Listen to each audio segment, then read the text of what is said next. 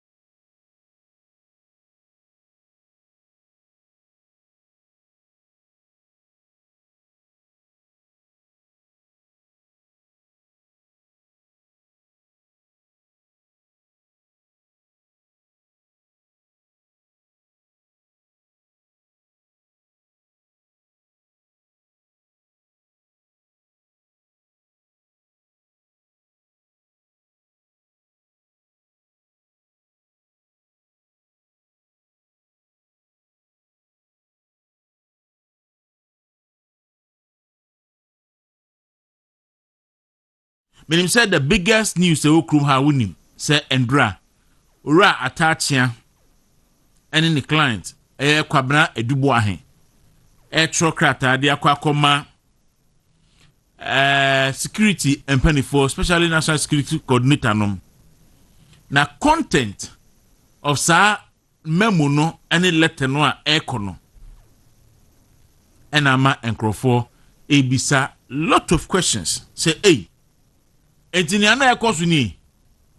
And if the content of the letter no and a memo no is anything to go by, let's just say John Mahama and then Crawford so ewa sim yi anopa.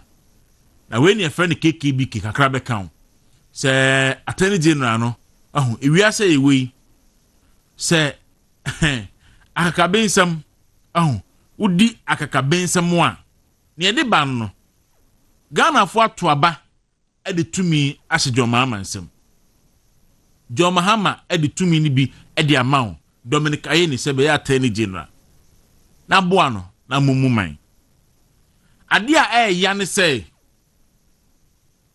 Attorney General for bebre aba Ghana eko na sa Attorney General ya nya ne die propaganda aye ne de esen law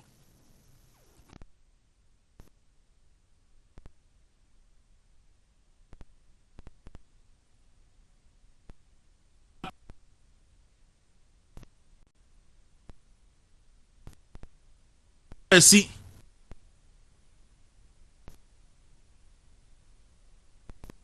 and I do call her and can you say and I am press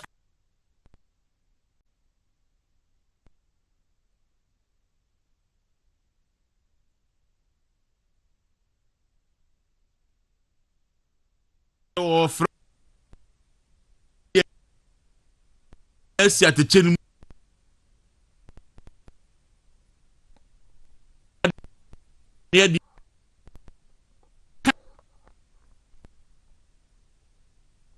ya si fufuo hon konta ibunu wadrum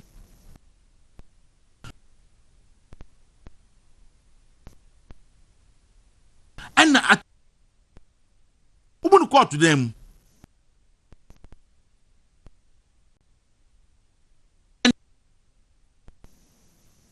but transfer for yenya judge for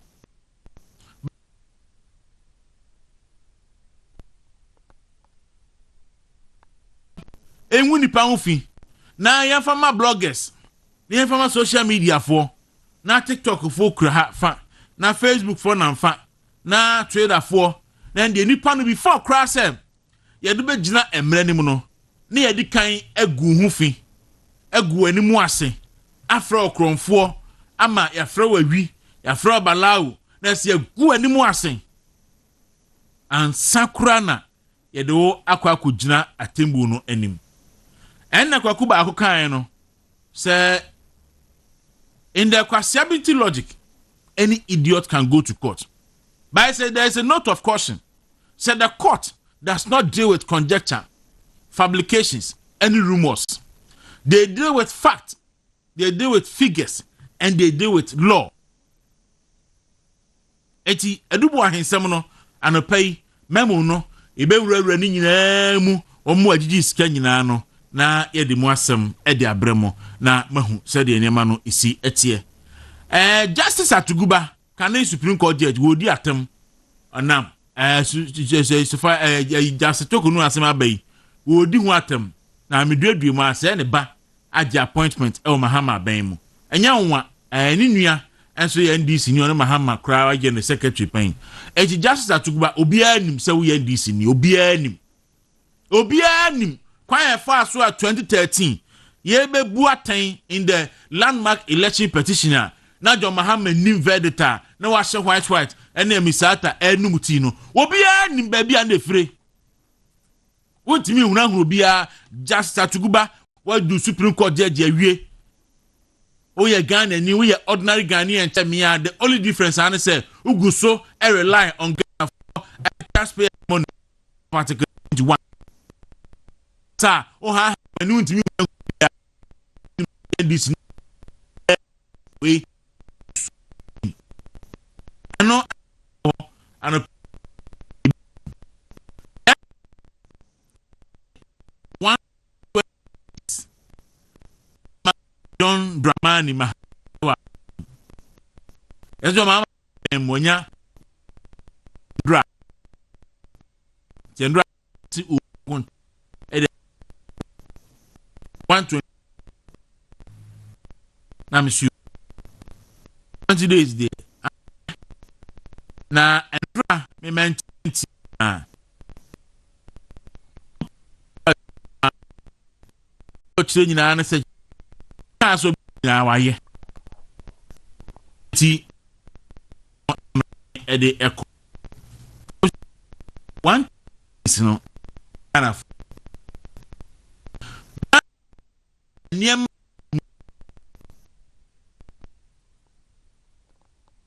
bi dan say Ghana ha galamsey a etu atese o Ghana efi bra e bo Joma Ahmedin so e president no wani musam anyame na meka enne ye tu galamsey ya mefie nyina ye tu galamsey ya dam adware toilet so baby a ye tu galamsey e wo Ghana enne kwai brantu a no bia nko mu da enne Joma Ahmedin so ye tu galamsey mu for the first time ye who say political party be regional executives constituency for executives na omoni police for air conseil police for a to galamsey so sir. We have seen it all under John Dramani Mahama.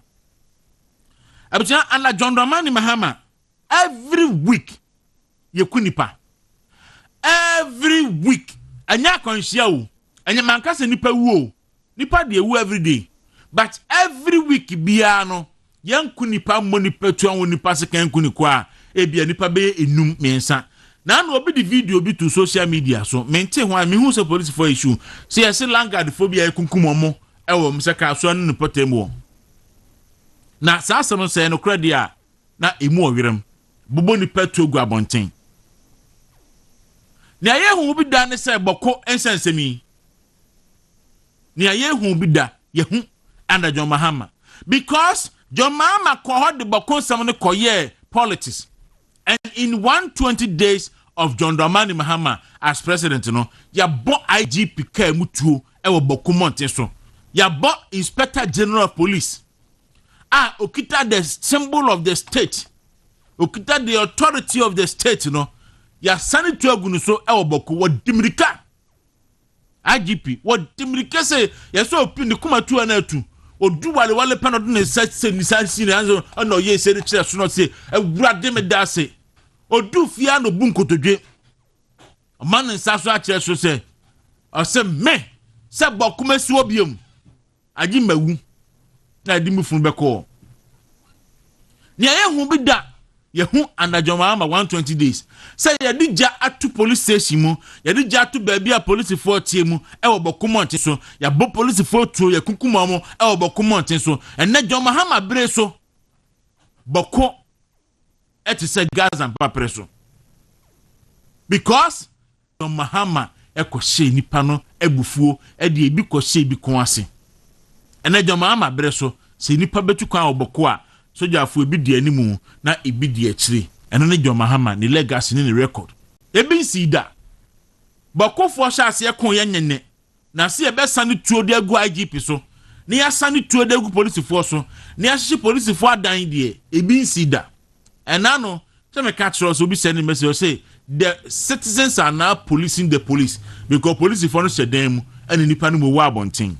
That is the state of John Dramani Mahama. The security issue no. Oba ya pe wanya ayikra bosome oboase na Camp Smart num searching for. Dan na hono ma munum wa ekunipa 8. E wo oboase. Anglo Gold is a gold force for Aminim. Enipa 8 eto amunum hono ma John Dramani Mahama. The legacy no. Security issue dey sia dey say. Ena etu a won crofo nsem. Oni obi nya kasa no o kasa mekun na nso okwa ne kembu abunkoto gina ma asaso na ase me pa acho wodi agora obekun o maya e wo mu no ba bia ya duru no ye security nya John Mahama ba ye he kanea no he said the free dum so mu dum so in fact and press na John Mahama ba ye ya dum kanea o Ghana airport minu Kotoka International Airport first one no call off for hours. Kania no endum enso no ni ate se plane bia tu plane ni tu ye no ni ate cocaine sem.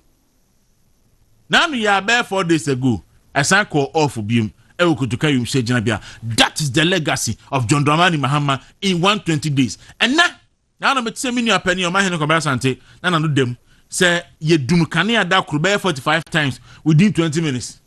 E o baby a wotie ewo say I mean say Westland do say hefa me won say ABY enso dem say eniema nyina say ena microphone timi nya aduane nse fridge mu. That is the state of John Mahama befe na ne nyina achi no wasa to kania bom 15%, wasa to nso bom 5%, and ne kania dumso ye stable electricity okwa asantememu dia airtime okwa eastern region especially Akuapem Mountains airtime ye dum kania sa ye dum kania ye dum ne rough and na John Jinapo kana no atum ontimi kasa onu na nimu a otimi se nyobi na beka kire se akwa no ho akire no omo opposition gugwa sa and 120 days John Mahama da pa dedi 120 na no misi mi share 40 feet container baako e wo ha se na me che da se 40 feet container neni o e na o si minim na me se minim so nim na mo me de kirew se we maako 1300 e na John Mahama ba ye se ayire na me se can you imagine say container way 40 feet container way mako 1300. Yes, ya yira wo e wo Ghana. We are sick. Yayare kwase bro ne ti sa asemu ya obesere ya aso of Cartoon Network.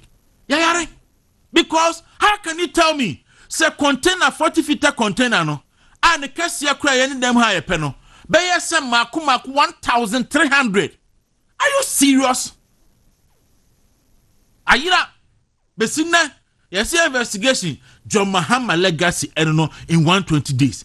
John Mahama legacy ne say and in 120 days ye ti cocaine to senia ye chi a ye chi nsuo no Ghana cocaine obetia $350 million wo ha obetia $120 million wo ha obetia $150 million wo ha obetia kese cocaine de eno kra ni achi o ni achi no $500 million cocaine. That is the legacy of John Dramani Mahama in 120 days. Cocaine and the Ghana okwa bruchira omude omani tutu na hwe because of cocaine issues ekoso my Ghana mo. Your mama catch her say Akufo-Addo 3 more din. And then say Akufo-Addo 3 more din say COVID-19 yare ye baaye no na wiase ba bia ni hono mo a ye di ye to COVID-19 ho Ghana pe ena Kufuado e de COVID-19 no e de ahye ayimu a wode gi Ghana foto na obisa Ghana for say ukotọ ade restaurant na ye print receipt man has na COVID-19 levy shemu a send na ho ye me ba meyi afiri ho abusia tax adwoma ma so otwa mu nyina COVID-19 levy no ena ye Ghana for tua pa because eno Ghana aban timinya 6.4 billion Ghana cedis 6.4 billion Ghana cedis e de free mu afi adwoma ma ba ye no ohun sika COVID-19 levy ne free mu ba no afi de obeka kire wo say there be a cavat ho enti me pesa me ne IMF hia I am told say omuso mbe dia kosi September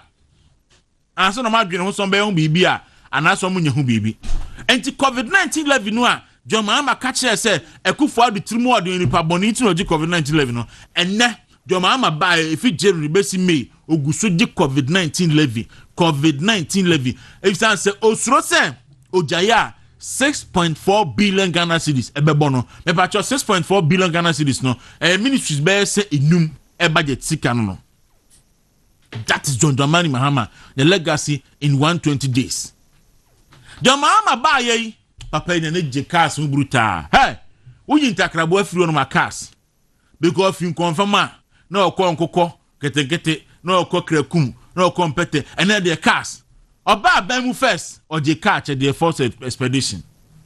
Oba abamu na anu ya wakwa je cars. Kobra du bo ahere report abai you see a man 5 million so 1.5 million so saying on fan koto car. Odi president here you declare president elect na oje 1.3 million or the koto car. Your mama peka. Your mama peka. Na Andra me te se fa so fosu kwache grant interview baby na all ka say questions ani ye bisa ha say why na de car ne be che John Mahama edien no yema nipa ni nti obe che ne car and edien na nipa no expect say obe yama ni nti no be che ne car da se bre asase from aboma akokoto ada ho say ya se car no car manufacturing company bi na de be che John Mahama na car manufacturing company no yebisa for the squash no si o omo say John Mahama omo de ma no na oyusu a na ye advert e de ama wo mo na enkrofo ahu say omo car na ye papa na me say he say ya John Mahama influencer president he say John Mahama ene Zion Felix John Mahama ene ayi Ajabintu num nsunzure bi anim because Ajabintu a social media influencer obi ye product ya ode koma Ajabintu ohaya ahwa Ajabintu said ya ne tutie na obi ayatade bi kama bi a wo she be you shape ode ama Ajabintu sa Ajabintu je na hye kwasa o TikTok so na nkrofo hu se me na pamatade na pamatade o me ho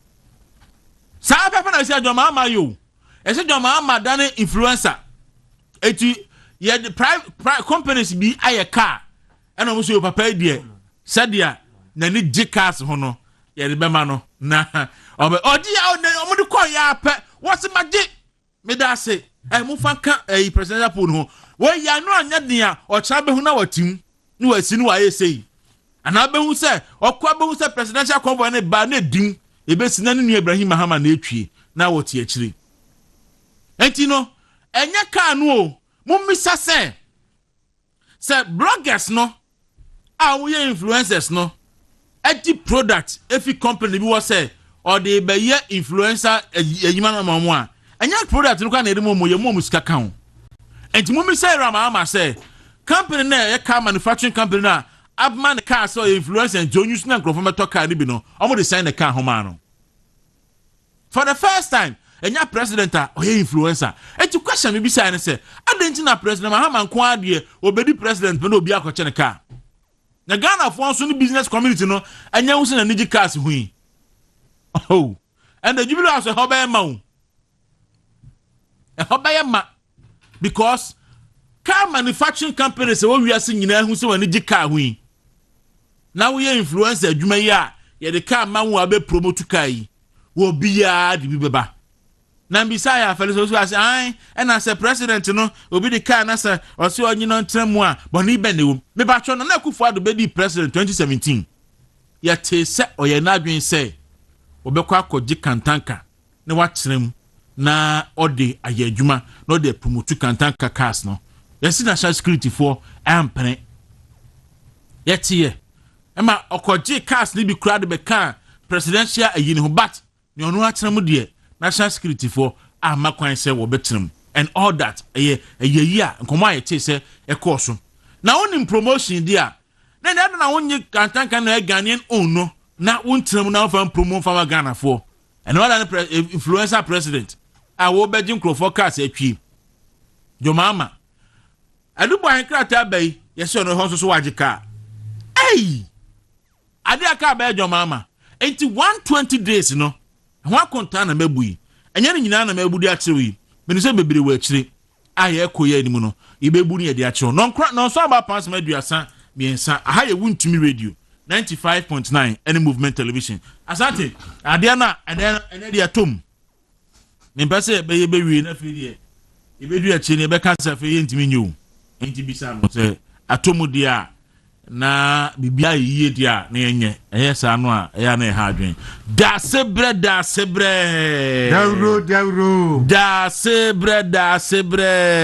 Dawuro na ni mamu tisen nyame tumi nti enema mu ye ede nyankopon ase etumi asori abedu ha no pe die ede nyankopon ase se ya ni sa ede nyankopon ase ya sala ne de be nyame godo machi ya nyame nua ya bokode oh nyame adom ahwade ho na se ka ba traba so ha adwen ka ba twene ha adwen udi agro si ya se ba kure no ade ma me wa kwaje dende no ntimi ankoje na ade ase okay na be ya medru ha ya oba isusu a we isusu anje no ho medru ha ya ram se mi si ato ade udu je ya afide me beta ka mutu ya entu bra ma ji me ho jina na nkofo bi da bujo awode abes park dia ya me quarantine na 20 cedis me se tell the abes le dia omo ye ngomo sa wonam na ubatira fo na bra mama mkikimi die osmaje 20 ambaje 20 so senti da won nam na wo de yakos asa wo faji 50 omo nguru njo etia wo faji 50 nse de se no ano ba ya me cha de ja boys bi ba na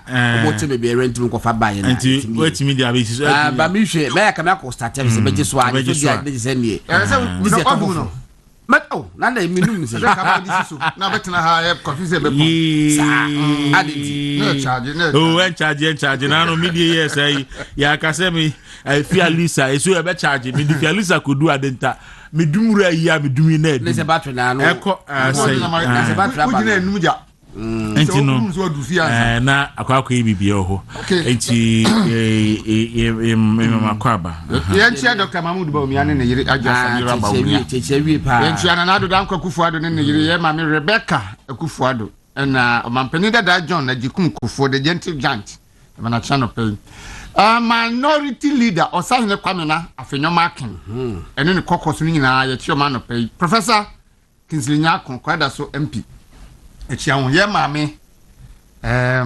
Dr. Reverend Dr.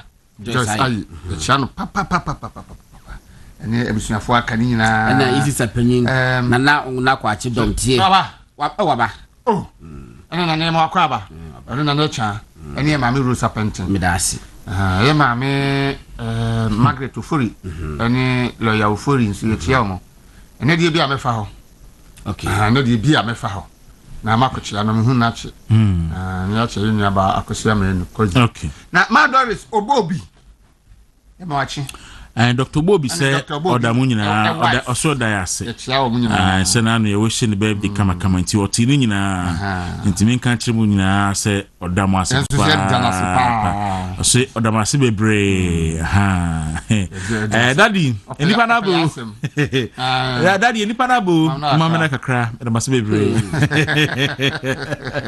eti yaba Mahama 120 days no and then who say MPP anopay amuso mbeye press conference almost say 120 bitter days of John Dramani Mahama na amode no ache Ghana for so 120 bitters okay so 20 back over we 120 120 bitters and so dey so say na ni dia otwabi na yire ho a otwabi na ni nyia na yere ho so a otwa bi nti pope ye wo yi watwa endro a ye ko yi a esi wusie tuntum ne ba yi ba na wafa ho atwa nti otwa bi nti 120 bites 120 bites yes 120 bites ko ha ne be ma na ye be ma loss na ya na be ma 120 bites ma me fan koma na tachi bites na tachi ewo eye edukrum na tachi onye ma 120 bites na onye 120 bites na ye fan behwim na we no sai sia ye nya hu se otimi achede ye influencer adwuma die owie bites no na de ama no na ono yakwache ne bi na fi wo no Okobe bia ni ebisi kem. Young girls no omo pad no. Na brand bang. Yeah, I think I'm told say proper. And the best omo ama John Mahama as president. Omo match na de ohun. The best omo ayi no. Omo brand ambassador no. Because na ni pad. Say that no si pad dia. So ye no best no otafeta no na ni agye de. What is no person man no. Another pa say abasa de come the mileage the kwosoro bro ye hwem Kwaku ye mi say proper ozo aka asem oh yes proper hwe se osi I saw kai sa akoda nyum no so o ehwa na president Kofo efre you know say ben bi kaka ko hulumba ofie o say na Kofo president Kofo fe na Kofo say entumi en bi kaka ko hulumba ofie e je bia wa bi kaka ko hu ofie na wo ka say I see e won tie say man for chene kasa meme tie yi bon samo pamia nyame a okofa Guinness ba onyame I see okofa vodka ba onyam sa jisi okofa yi bi ino be nyame kidi nyama ni bi obonsam no ono watena se hunu se asoma se ha na okwa obenyam bi sa na oye na ade okay no Mahama no watena se hunu se ono no na ni gidie va de hyemu kese ba ko ye ka okay nsanu firi ho aka wo ho na asimodi ni so e ande se ande ande na so go be kai commando fo na why you know ne wa hia and then because he report yes because he report also maka na John Mahama then no ya hwe no na we behave say showbiz personality yeah na the abashi say me hu say ampa so showbiz for na ya na yeta do brand ambassador yeah you see akwa you see from influencers okay so beka ya as a Mary for us day no yeah Mary omo eye John Mahama fra ban so no so omo de omo be fa ko Namibia yes say won ko influencer e ma omo e mo mutua nika enti we cars use me nu a abeya e bie nu hade boy less than $100,000 omo asa fa as brand ambassador na influencer oh man nyo and a party for so yo mo de man koren so asa fa as brand ambassador na influencer enti bia the field and Casado no. It would encourage no. Free abem 4 years later now. He can go into full time in parliament man on that permission no. Why Kwaku Justice William Atuguba. Yes. Former Justice of the Supreme Court of Ghana. Hey. Enipanye. Hey. Boba. Enema boba Kwaku enipanye emu oyeremu edi ba ku bia mehu mu na ama my ebeba so odi wi odi no Kwaku enema after surgery Atuguba equal retirement no Matis wakasa prince first one no ya memeti ye na ye University of Ghana I think the political science department no koye sa lecture no solidate for na omo ekoye sa lecture no na Justice William Atuguba ekokasai after that that joy I think say joy for na a year interview be 2 years ago na enra wasa kasa wo joy Kwaku say one ye careful na wutie say mensa wakan 3 please wakasen o kan nyina bomu a you may weep for Ghana Why fi ya atemu bie ne hol ma yebebu o man Ghana mu a obegye di biem se no kore se eye krojin Kwaku enyema just will matugu ba ye no ama ensemo a yeti proud to August 2013 nyina megiedi yeah say NDC for the sika kusi justice will matugu baso Kwaku si ya ntasa asem oh ba yes no number bia g bia media na mo gidie say atemuafo at that high level the die omonye sa for me I thought it was unfair on them but justice will matugu ba de why yin Kwaku I am even tempted to believe say woman is cow woman is cow so far as say NPP versus NDC we go NPP for so so the way I will see describe the current Chief Justice Kwambu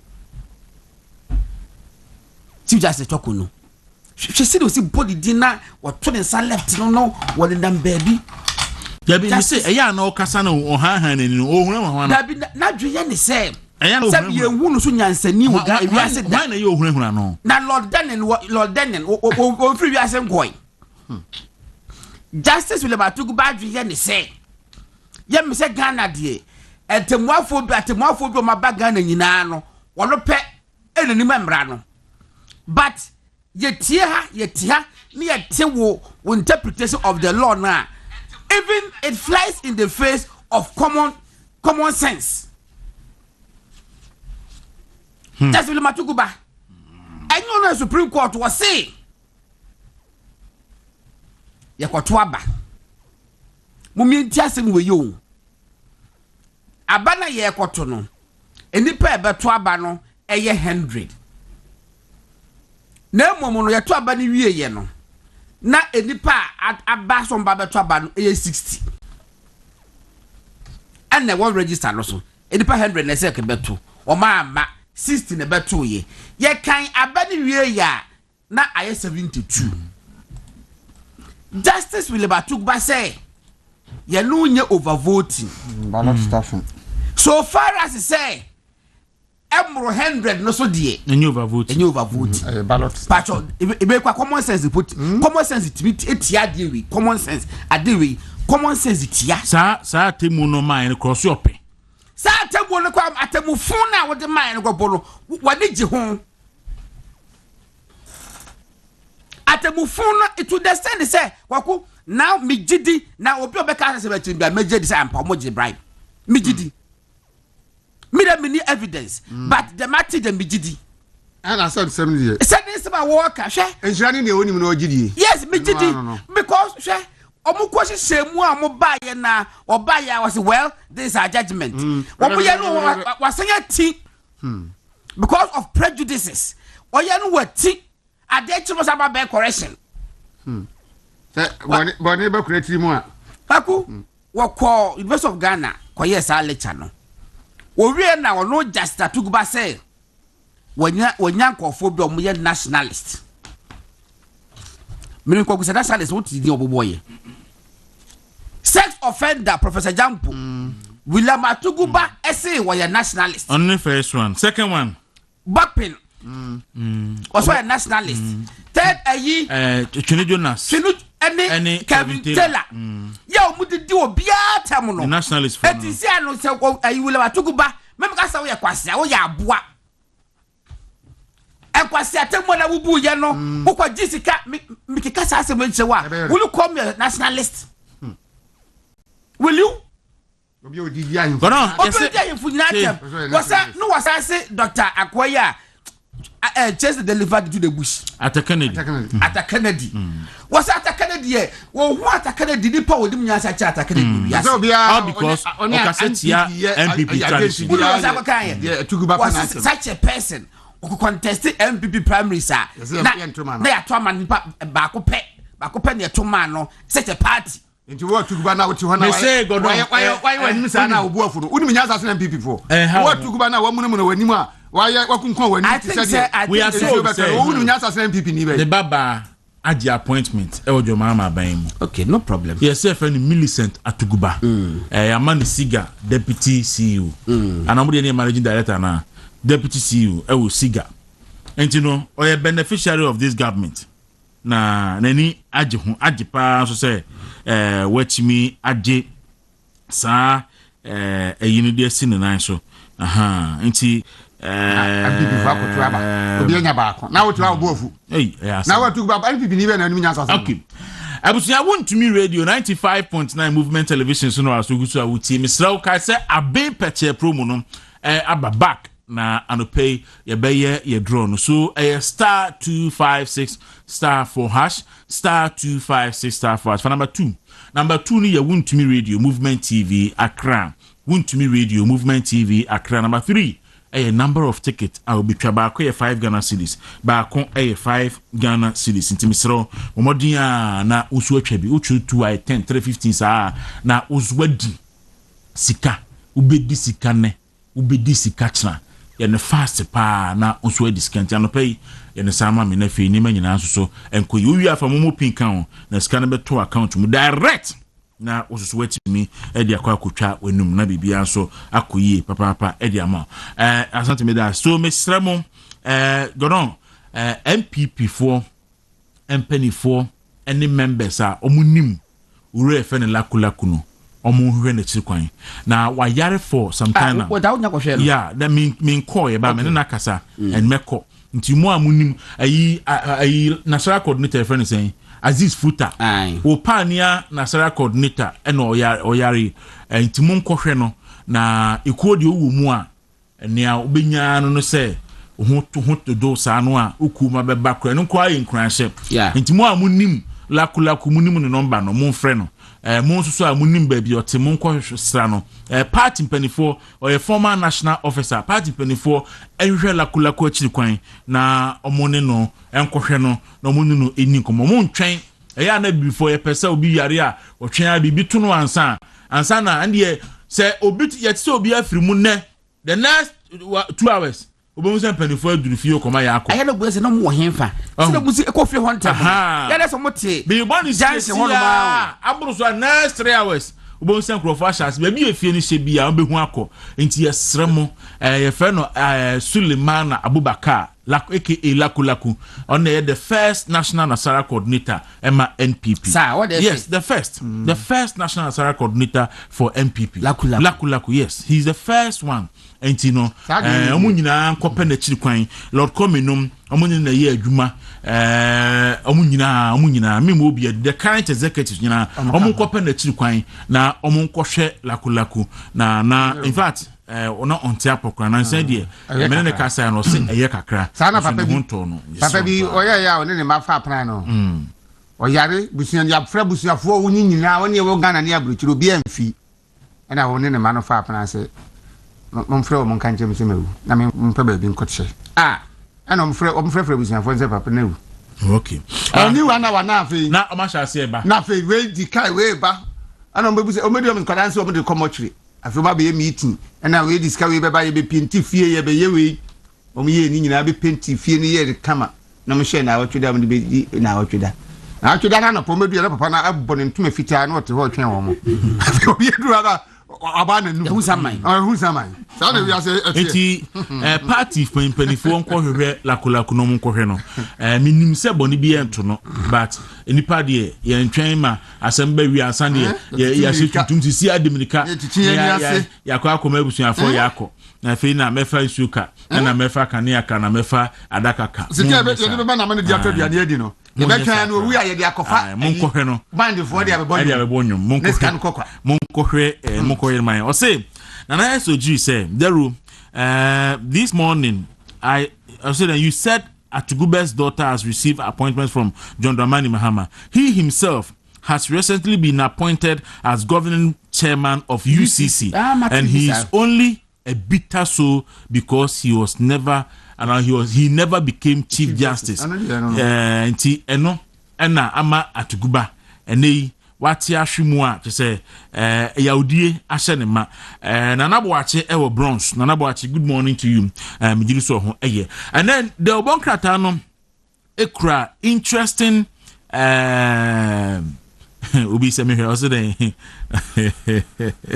Deputy National Coordinator Tiwa West Mate o dey message you know dey Mate and pay Obi say the petition and pay me here monko na monko hemu me say monko hemu former boss and America Obi say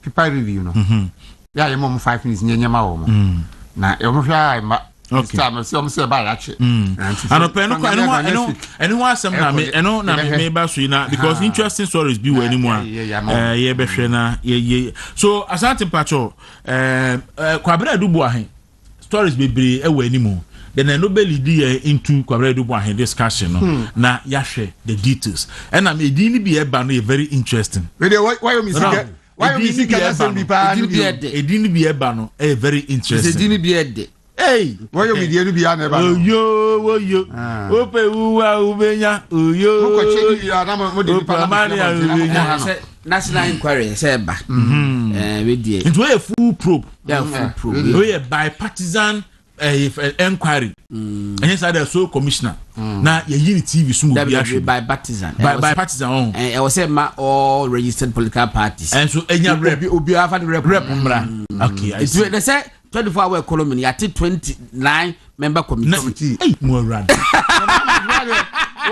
Papa be say kwa we ni o say take committee biem say omonkoye national airline and what take committee for 24 hours no need to take committee no say ma me kiro no just appointment there be apart from appointment no e wo ne 120-day promise no say obey 24-hour economy and otimi ye 18 obeti committee no na odi abonso agana for ni se wa shase na wonim obi aso be leading government enra na ni pa prekesin enra e papa me fa baby before I be baby just a minute police headquarters I deploy police for some call various offices or more deploy police officer office of the 24-hour office of 24-hour economy yes deploy yes no your office of the 24-hour I'm telling you me make a show office of the president me so didn't to abeg why say be am refi me say and so office of the president as so I don't know say create me say on be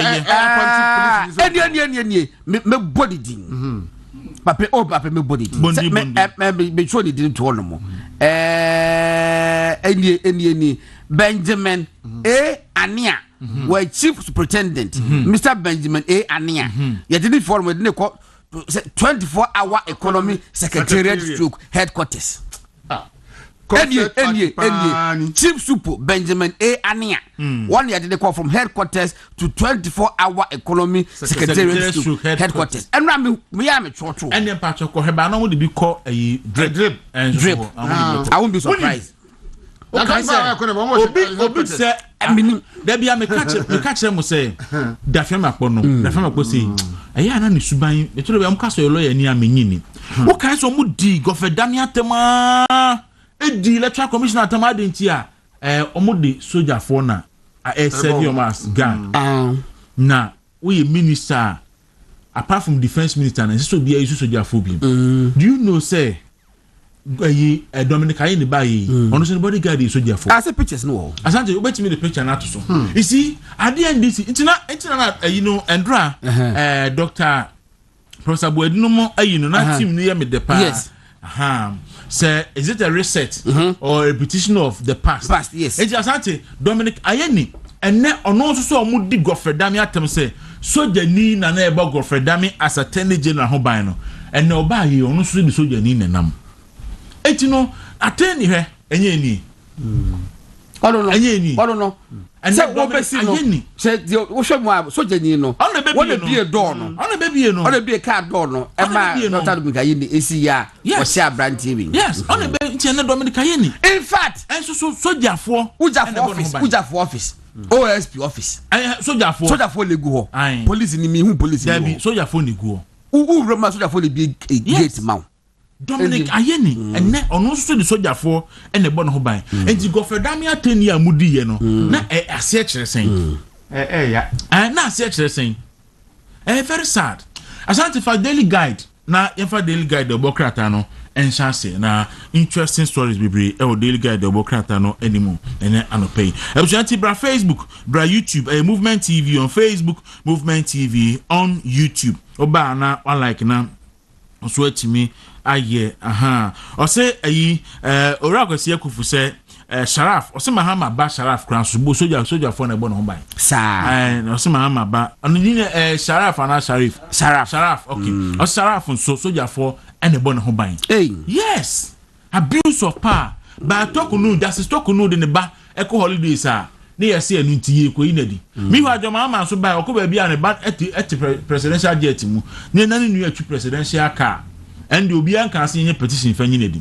And a daily guide the Bocrat and your Cabra Dubois exposes national security operations and peace fingered.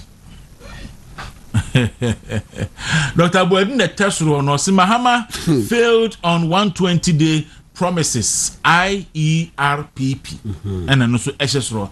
Asante Hima pray for birthday boy or 2-4 and then also or don't want some at the Abba and a cocaine who's and some so hasi and akatachi so almost some away but the interesting one for us Kwabre Dubois ni dear no Abba nti Abba betum okay and we no Professor Bodika so kasa say and Dr. Bano Dr. Frank Bano yes that no edin komo okay when ni yanko let's say kwesi akufu video ya da bayin ere ni jini friji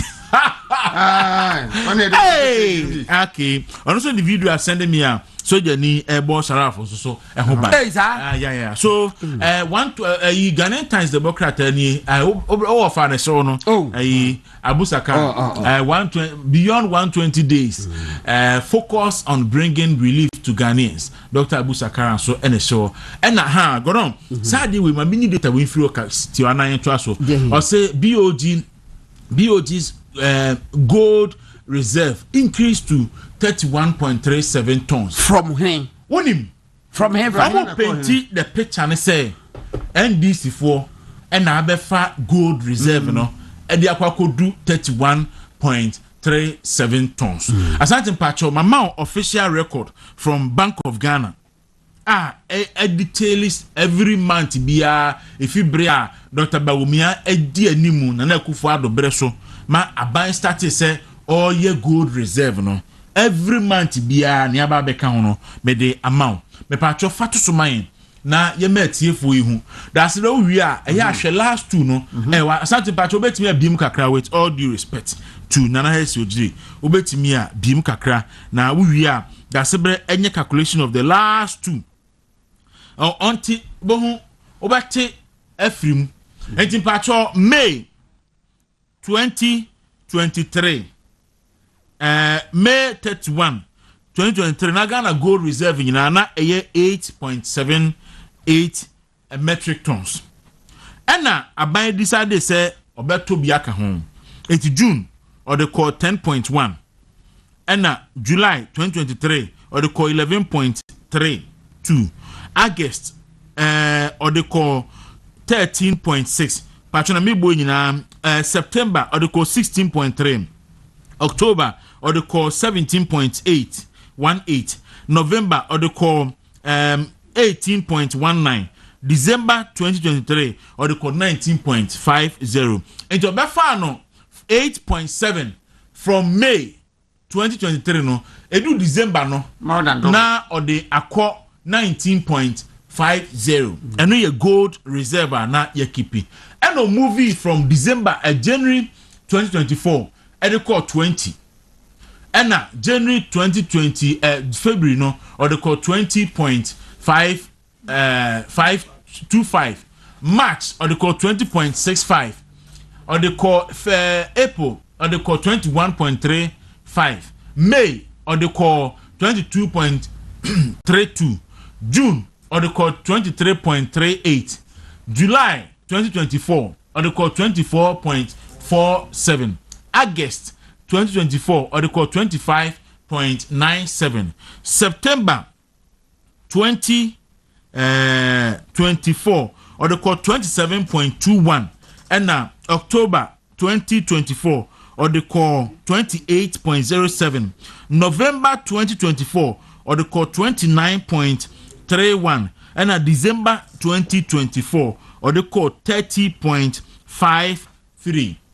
From 8.7 Dr. Mahmoud Bawumia say obe champion we di animu ama Ghana nya gold reserve no yet otimi movie from 8.78 edi bedu as at December 2024 no na bedu 30.53. That's when part 31.75 na be ka ho afei te a friend is saying te 30.53 no efi 31.737 mu na high so benya saying 30 December 2024 eye 30.53 and na asat April ya etwam yi eye 31.737 and te 30.53 no efi 31.73 mu 37 mu na say na benya. But just what you say 0.84. Okay, into but if you bring John Mahama buy no or the 0.84 metric tons and Abeka Ghana gold reserve what I say to you or the 0.84 and Abeka but and then Ghana time story no as I for Ghana time story no bra misleading and na omo misleading Ghana 4% just say NDC for the gold reserve no akwa kodu 30 meanwhile MPP for kono omuja no 30.53 and now buy no odi akọ 31.37 0.84 I say BOG's gold reserve increased to 31.37 tons into obi hu a say in fact Endra new center for so Elvis so a story bia na mo so airport trace as NDC for na bi akọ look gold seed na enya ahoden no gold reserve we eka ho na mo be kai a asante wo betimi aye afiri so me kan wa fidie so say ade be ye me ya pa ni say MPP enum edura enyon in the name of debt exchange program, in the name of debt reprofiling, in all the difficult decisions in no obeteki no why gold reserve no why bibi awie na Ghana for ato aba etia NPP because of few challenges binti na area and any IMF program na kan na ofi abemu a NDC for abedi ho fa so ene NDC for the exchange rate ebom ho mrane NDC for the inflation na esin the tirase no ebom ho mrane na wa bi so mo say omo baaye no edie no mo aye ama inflation akofam edie no mo aye exchange rate no ama dollar no ekofam because an American dollar na be very weak e we asa fa na nyina because of Trump unpopular decisions are taking that's why what's the design the car ho 0.84 metric tons and no dey account in one in 5 months mu na away bamba cho mo sa fa dem to so bi na me hwe 2024 yes within 2 months be say na ye sensing okay and then people for na time say no muti dey ka ho offer to so dem hwe ade as to betimi the data na about on the gold reserve no betimi dey no abana because me hwe April of last year any April of this year hwe so NDC for April of 2024 January na December na 19.50 January movie call 20.08 and na February 20 na 20 or the call 20.25 March or the call 20.65 and na May or the call 20.22 April the call 21.35 and Kwaku to baza enti Mr. Santi mkosoro kakra that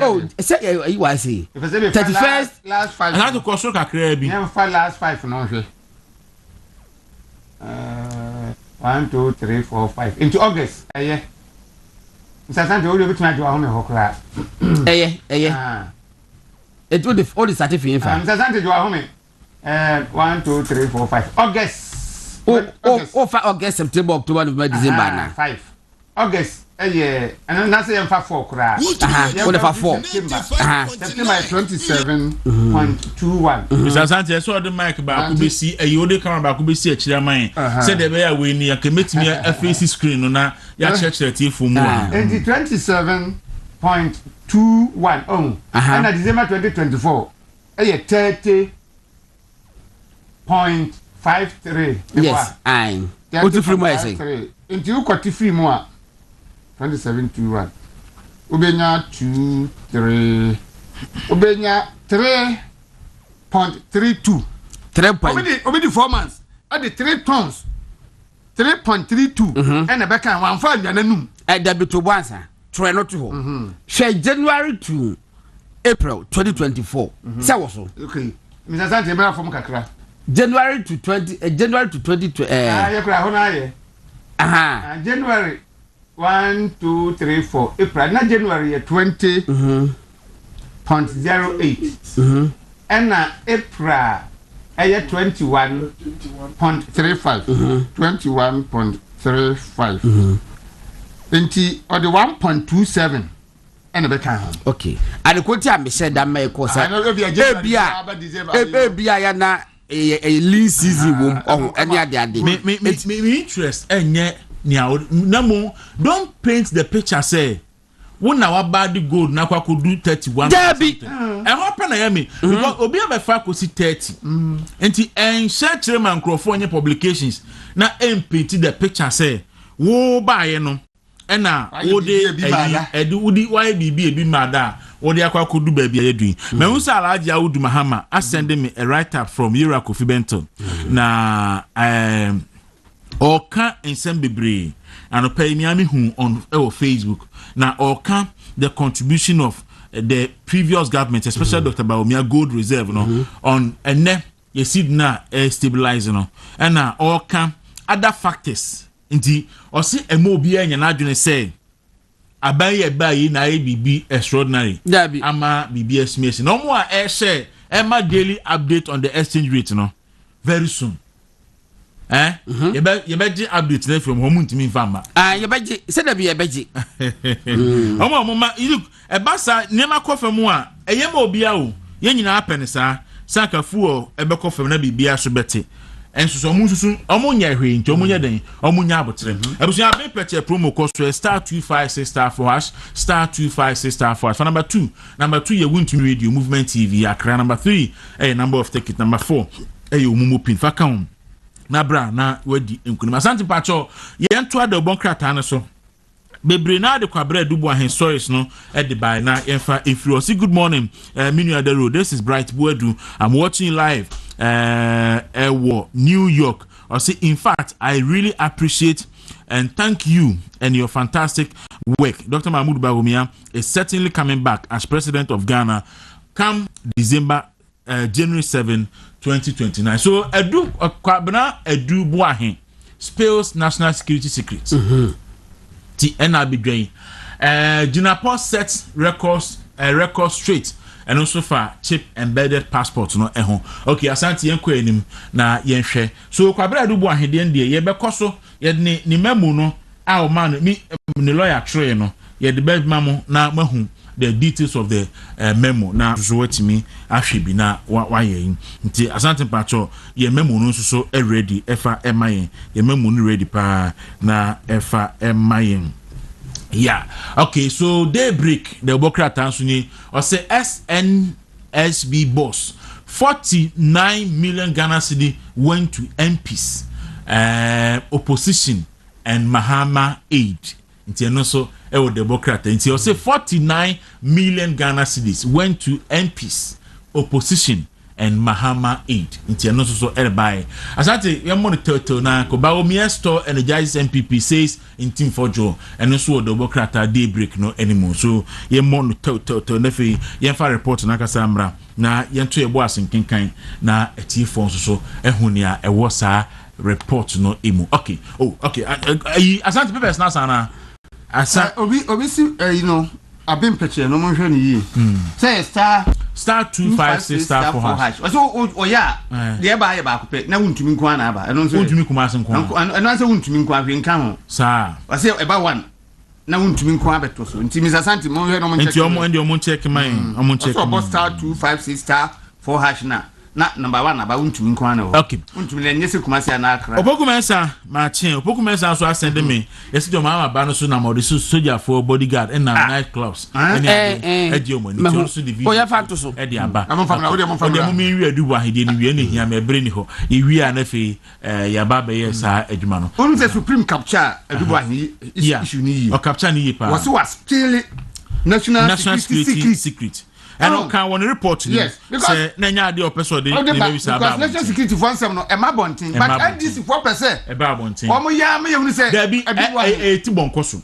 anyway omuti na ewu look Ghana see godon national security budget and you discuss what bontin there be even parliament cry you discuss plenary enipa ka kra bi na hwemu ni ade and national security for come fa so a movie on budget around no mo de ye adwuma and ti bonkoso ohun say account bi you discuss akwasi no say match no akwa ni ye wi afedie information asa ase be ansa na wo behu say national security timi operate some account bi ene nima bi oba bi ni ade ye tro sika conflict e koso uboko no ye tro sika kom through national security ye tro kwan sika na faso ekwa unyini national security budget sika na no pani bi catch mo say national security do ba bi a obeti ba bi all had the security of the area national security correct me manisika se ontu na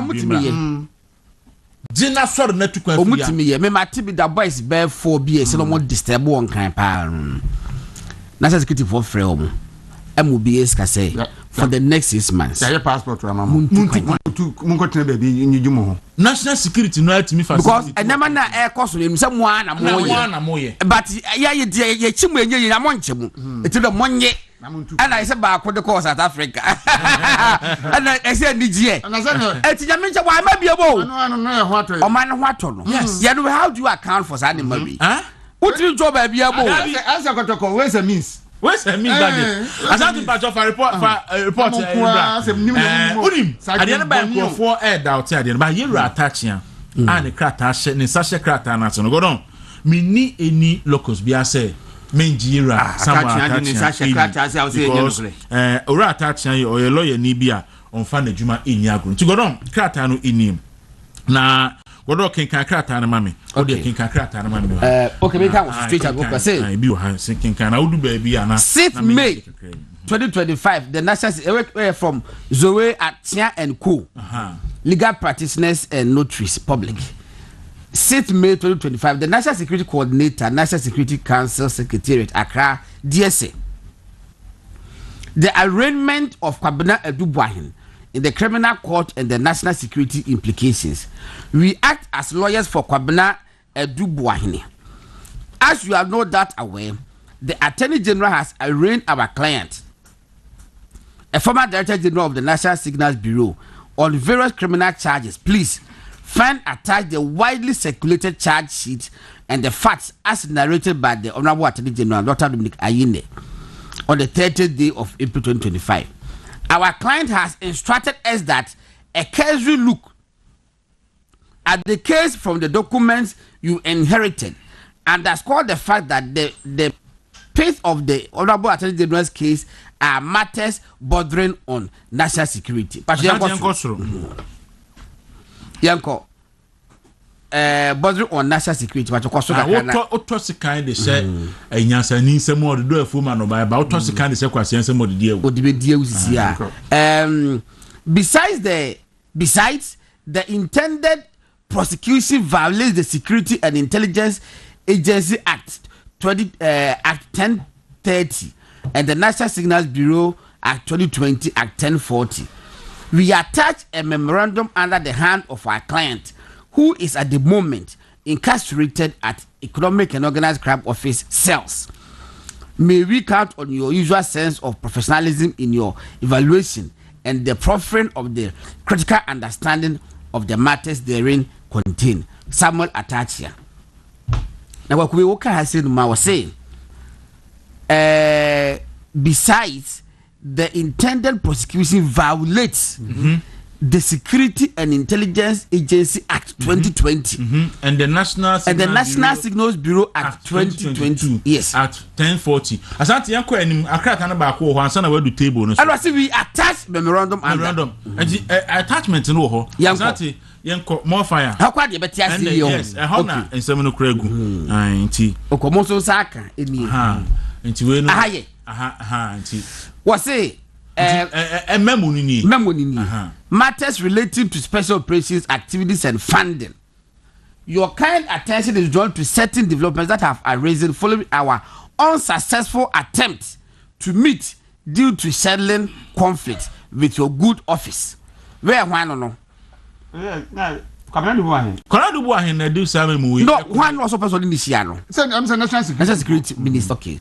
Or say you will recall that subsequent to my arrest and detention in Yoko cells, the Attorney General of the Republic has been very vocal in a number of press briefings where he brands my wife and I as criminals and alludes to transactions between a certain national BNC account and private BNC accounts purportedly owned by us.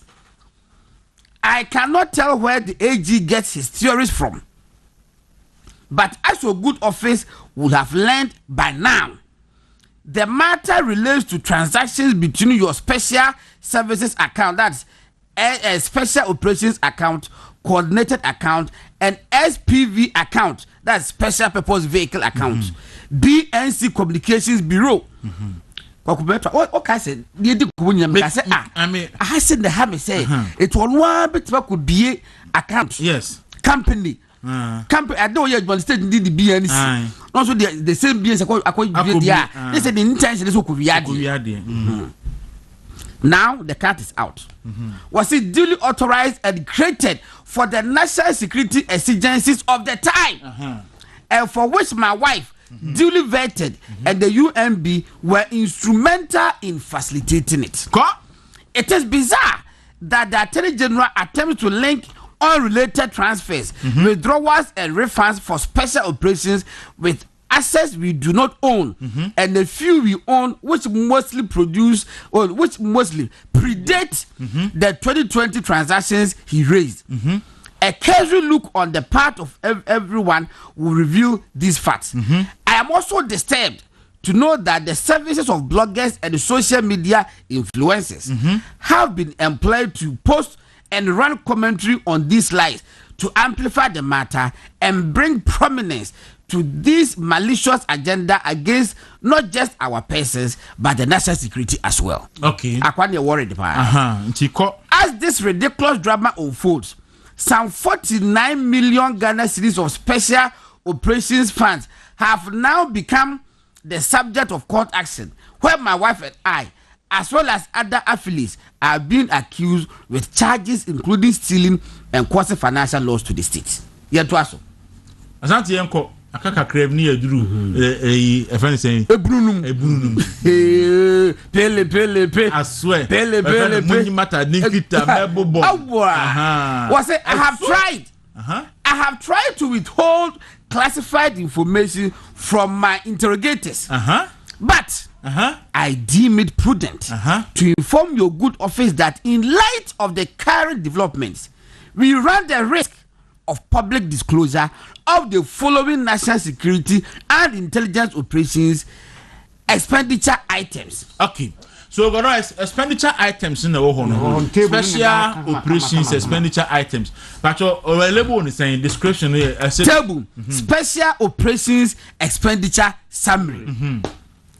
Number 1, description, reported amount, year, justification for the expenditure, and then received by your GA. Okay. All right. So 1 year, special operations, and was say Tyros, Scorpion, ACN 1, ACN 2, and a Hive.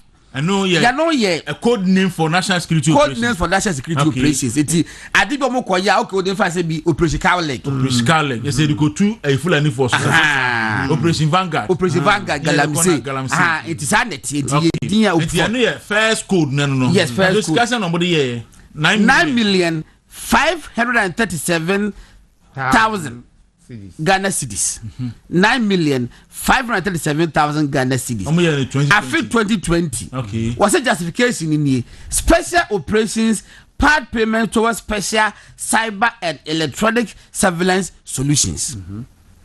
No. Okay, no, yeah, ISC Holdings. ISC Holdings. I want to this Okay, second operation. Operation Conquered First. Operation Conquered First. And you know what's that? No, yeah. Counter-terrorism special operations. Okay. 6.9 million Ghana cedis. Okay. Yeah, between 2020 and 2024. Okay. Justification: stability of the nation, counter-terrorism, and then extremism. I see. How many is canon? Various personnel and activities. Okay. Kwaku, opa we various personnel activities. Waka so mo the list na ba ebe yehu. Me say. He for kwadi be piem. Because there one he for bi ho no mo a. Omo ye adwuma. Yes omo ye ha.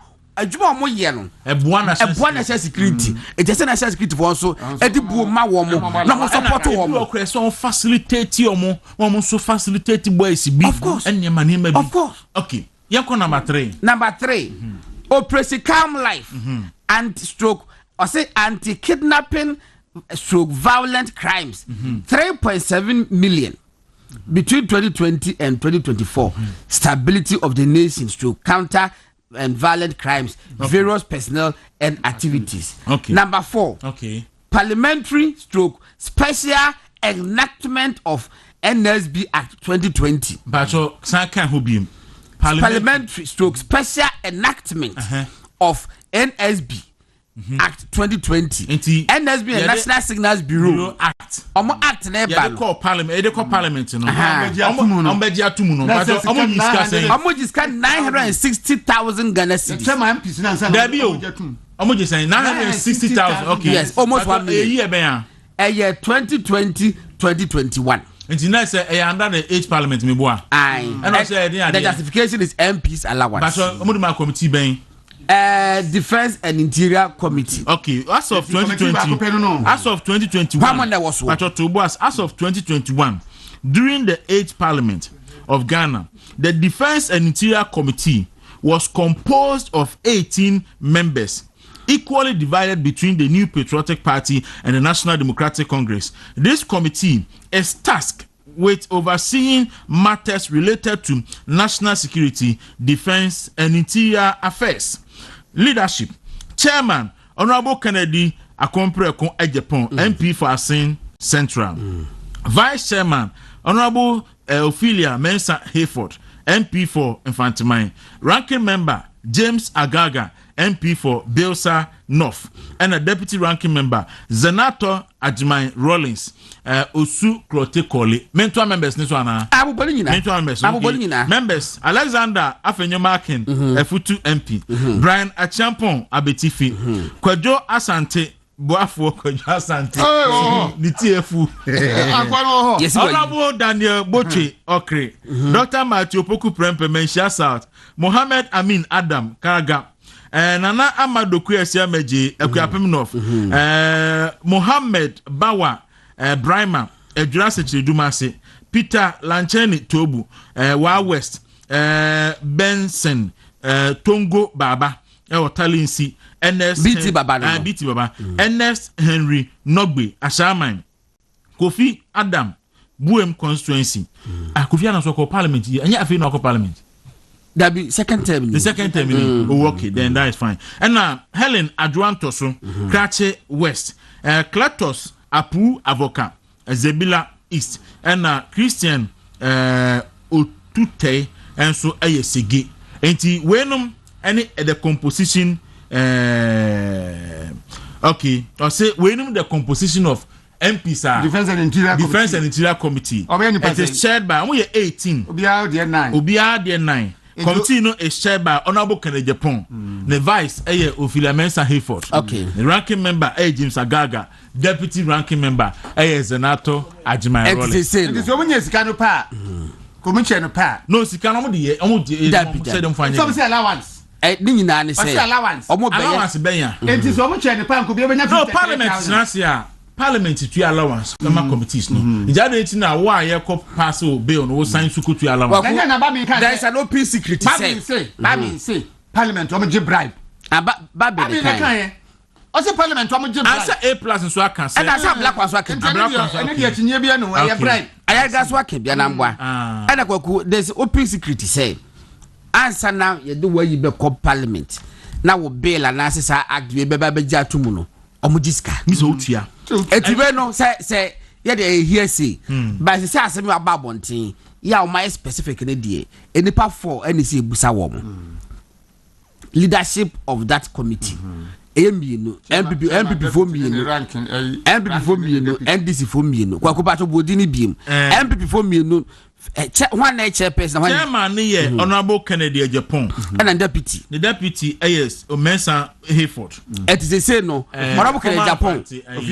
Ophelia Mensa Hayford it is say honorable Kennedy Japan then one committee chairman Emma defense and friend say Ophelia omumienu omon kam mo na ba ko meka nkire ye se no kura na se no so omoje scan so mo jana so manyi na James Agaga and is Renato Rollins omumbe no so nkam bom na o ma ba ko so meka nkire se omoje ana so manyi 960,000 160 asante patro Fabro ni ye person ye and they say no 960,000 no ye busa ho asem a enipa nan MPP for me no and dispose me no mo fa chichi mo mre Yakopon so adom chairman no so de o so ka no kure obeka okay to aso you do item saying 5 item 5 okay to aso me parliamentary no another special enactment of NSB LI you know so 300 instruments yes 309,000 you year 2024 allowance the MP's allowance subsidiary legislation committee okay Kwaku the year 2024 where 2024 yes. So where present committee yes oh no 2024 yes no say 2021 2021 na deba 2024 and 8 parliament but every no reconstitute dia oh there be me sure as at 2021 during the 8th parliament the constitutional legal and parliamentary affairs is it the same committee? No, a subsidiary legislation committee. Okay, then I'll have to put that one. Yeah. But the current chairman na Dominic Ayini na chairperson. Yes. Dominic Ayini, the current attorney general. On na make because I know the opposition for and the chair sa committee. Ntimahwe and get that committee members on na infantility for. Yanko enim sign. Okay, Yanko, it's number number 6. Elections special operations allowance and logistics okay 7,285,000 dated December 2020 at the court of mutual assess can was say stability of the nation as to peaceful polling okay various personnel and activities okay any interest mama ko I say at the court any interest in say e be ko pass civil organizations yeah peace campaign and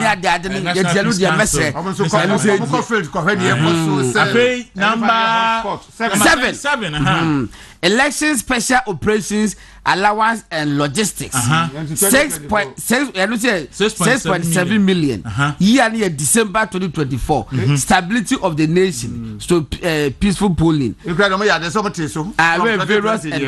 various personnel and activities okay number 8 of interest what many boss one many ko sha eto ho no boss one now say yankwai akwa no mumu na what TikTok say ebi ba wo ebi ho sa the Kwaku TikTok ni mu was it election special operations support for opposition party anya parties support for opposition party into brackets communications equipment for the party asante battle to us na say okwase akakra bi wo communication equipment for asante mama hwe wo ha ska mutia no ye $500,000 I say for election resource coalition okay I say asante o de gina ho aji akwade ko say house word what ko say house word I say election special operation support for opposition party into bracket communications equipment for election coalition election resource coalition me pacho opposition political party in the last election the main opposition political party in NDC NDC for election coalition resource equipment ayi bi na bobo monsa na na ekwana ne set up na omo ye nyina no say aban the national security eh ska ekwa so buko tua no 8.3 million Ghana cedis which is $500,000 September 2024. Also saying stability of nation, national cohesion, political impartiality. Classified. And the Anthony Paul Beji and answer classified. And you see the Ketianum and John Mahama. But John Mahama dear woman and to was as I tell you, man, cost Mahama one way intersectional. Yes, on what had or say 50. Judas, Aqua Cast. I say, I say, number 9. That number 9, the already at Nakasa. Obesego. Jinaho. Election special operations, logistics, or say vehicles. 2024 Nissan Patrol Platinum, and then 2024 Nissan Patrol Titanium, 2022 Land Cruiser GXR. It were 3 cars. 2024 Nissan Patrol Platinum, 2024 Nissan Patrol Titanium, and then 2022 Land Cruiser GXR. You can buy 5.13 million Ghana cedis. You talk about December 2024.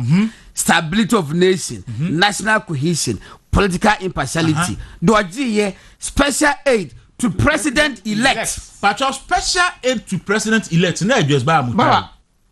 In fact, she was the official presidential aide. In fact, in opposition, anyway, I know some Mahama may have other aides, but Nipa ni or John Mahama aide, special aid was Joyce Ba Mutari. It is a cast no. President okay say ono saka no ne ka mumuntum bi no a e ba ye no akrofo ka waso is a car from a press a personal car na nya no a say ya banka and I would share you know the year no description no was say special aid to president-elect, which is your 12 body year no and no must there be said yen to camera kwane ka no and not 2024 Nissan Patrol Platinum, 2024 Nissan Patrol Titanium. Hey, 2024 top of the range. Oh, I can't make any picture that shows you okay. Land Cruiser no mumuntum no NDA. Yakwa number 10. Human security operations or say generators. Yani 520,000 Ghana cedis. A human security intervention, national security coordinator. And as you said, the man no, you also won't find your money man. But is Kwaku, need that danger do baby. So oma fa adwin anto ho. Oma fa fie nyansa anya adwuma. Ewo persecution of this. Ya anya careful of man better near but as a minimum say we no cry no me say enye nyinani o da bi me say former minister na ba ko na o cabinet minister o dia to baby say monfa national security say mu nia gro enye so man bebo and American awa ehunu and me me ka say NDC for mo botai ni so be say Ghana wo mo botai nyina won ti patcho kenkan e wa ase ni wi o kan wi a obenya adubu ahen say na e obi ka so ye mischief and I was say I give you my highest assurances that Angela, the year Angela, and I will never steal public funds, as is being deliberately and wickedly portrayed by the Attorney General. In any case, how does one steal public funds in the manner being described by the Attorney General without being flagged by the Auditor General? Further, I give you my highest assurances that Angela and I will never take what does not belong to us, even if privately arranged. We are full of content with the modest blessings God has given us. What is evidently clear is that the Yoko boss, Raymond Archer, is deliberately misrepresenting or distorting the facts to the authorities, and in the process causing unnecessary sensation that could embarrass the government and national security. And I am craving your urgent intervention to avert it before it becomes too late. My best regards from Yoko cells. Na me nyan kan ha, but also me fear draw attention say kan ho o say me fears any because but what tell you official say ya kinkan bi we tell you official Kwaku was a Ghana for nyina ebo edubu ahen ombo na baso no mo bo ne lawyers nso abaso me mini evidence say what this car and I will need sika but ade we ya waye na wan should have one for fed them better particulars ama na wa conceal ni kakra wa twa egura guso wa che small etiwa misro. Okay, Asante Pacho made the car no amount. Okay. Now on the 14th of January 2025, that was the first time I can pia one thing. And a Ghana for some more complaining. Now Ghana web ASR story with Mahama's luxury car sparks public debate.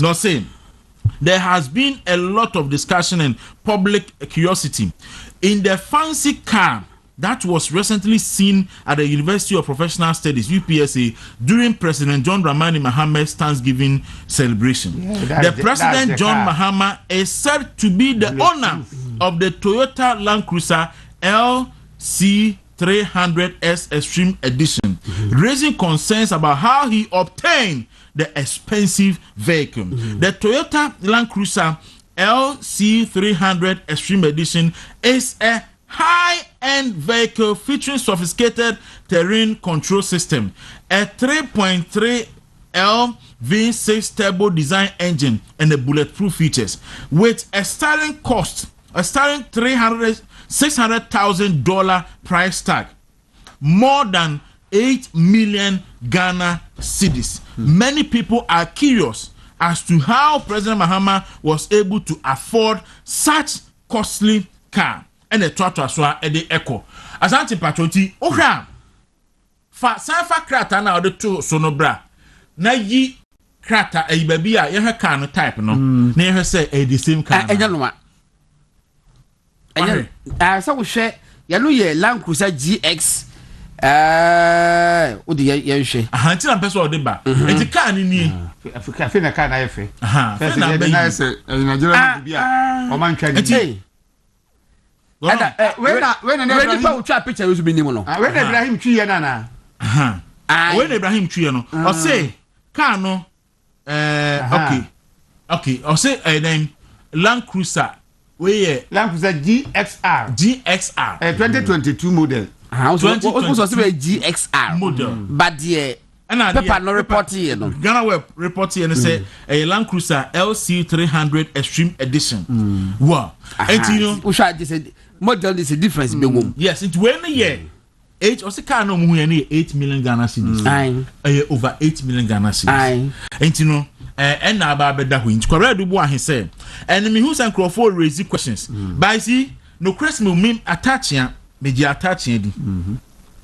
Say oyobi a wo abon homodin papa na godon asemi shase no okay obi di na na hesu ji wa ya di Asante Pacho cars no or the pictures nyina sa 3 cars na describe nyina no or the car no pictures nyina di aba na usa asema na no peme ka kire mu wo na hesu ojiri ayo chief external producer oni kwaku atasapon na no pemu producer from outside wonim me ka kire mu say endra godon me ka cha no penso me ka cha da say akesi bayi mitie Attorney General press conference no na mitie attachia was so confident me say attachia you akodi adura na because wuche o he nsem a Attorney General e kan no a na say kwara do bo ahe enti na odi kan pronounce no guilty even before so be court no but still na attachia say enkosi hwe ogidie say asem no no moja kukudro sa ko siwa Attorney General enti me say attaching akodi adro bia na yehu ana bi ko na kokudro no say na uso saka say na Attorney General frefre no yes o say Attorney General frefre to so one pick and akoda record say we no Attorney General di nyansa ena ode ekura simi ya akabre be ho beda ho sei no eye easy say obekura so na ka sundwe aba be ne why you two public press conferences Attorney General want to press conference edubo ahi names fufuo ho akonta no pena me kan se yebunu wadru na Attorney General akonta obunu wo court dem essential for enya judge fu na afre no be kikan se mu Asante Pacho I say I'm a poor man known by many Was I'm a poor man known by many.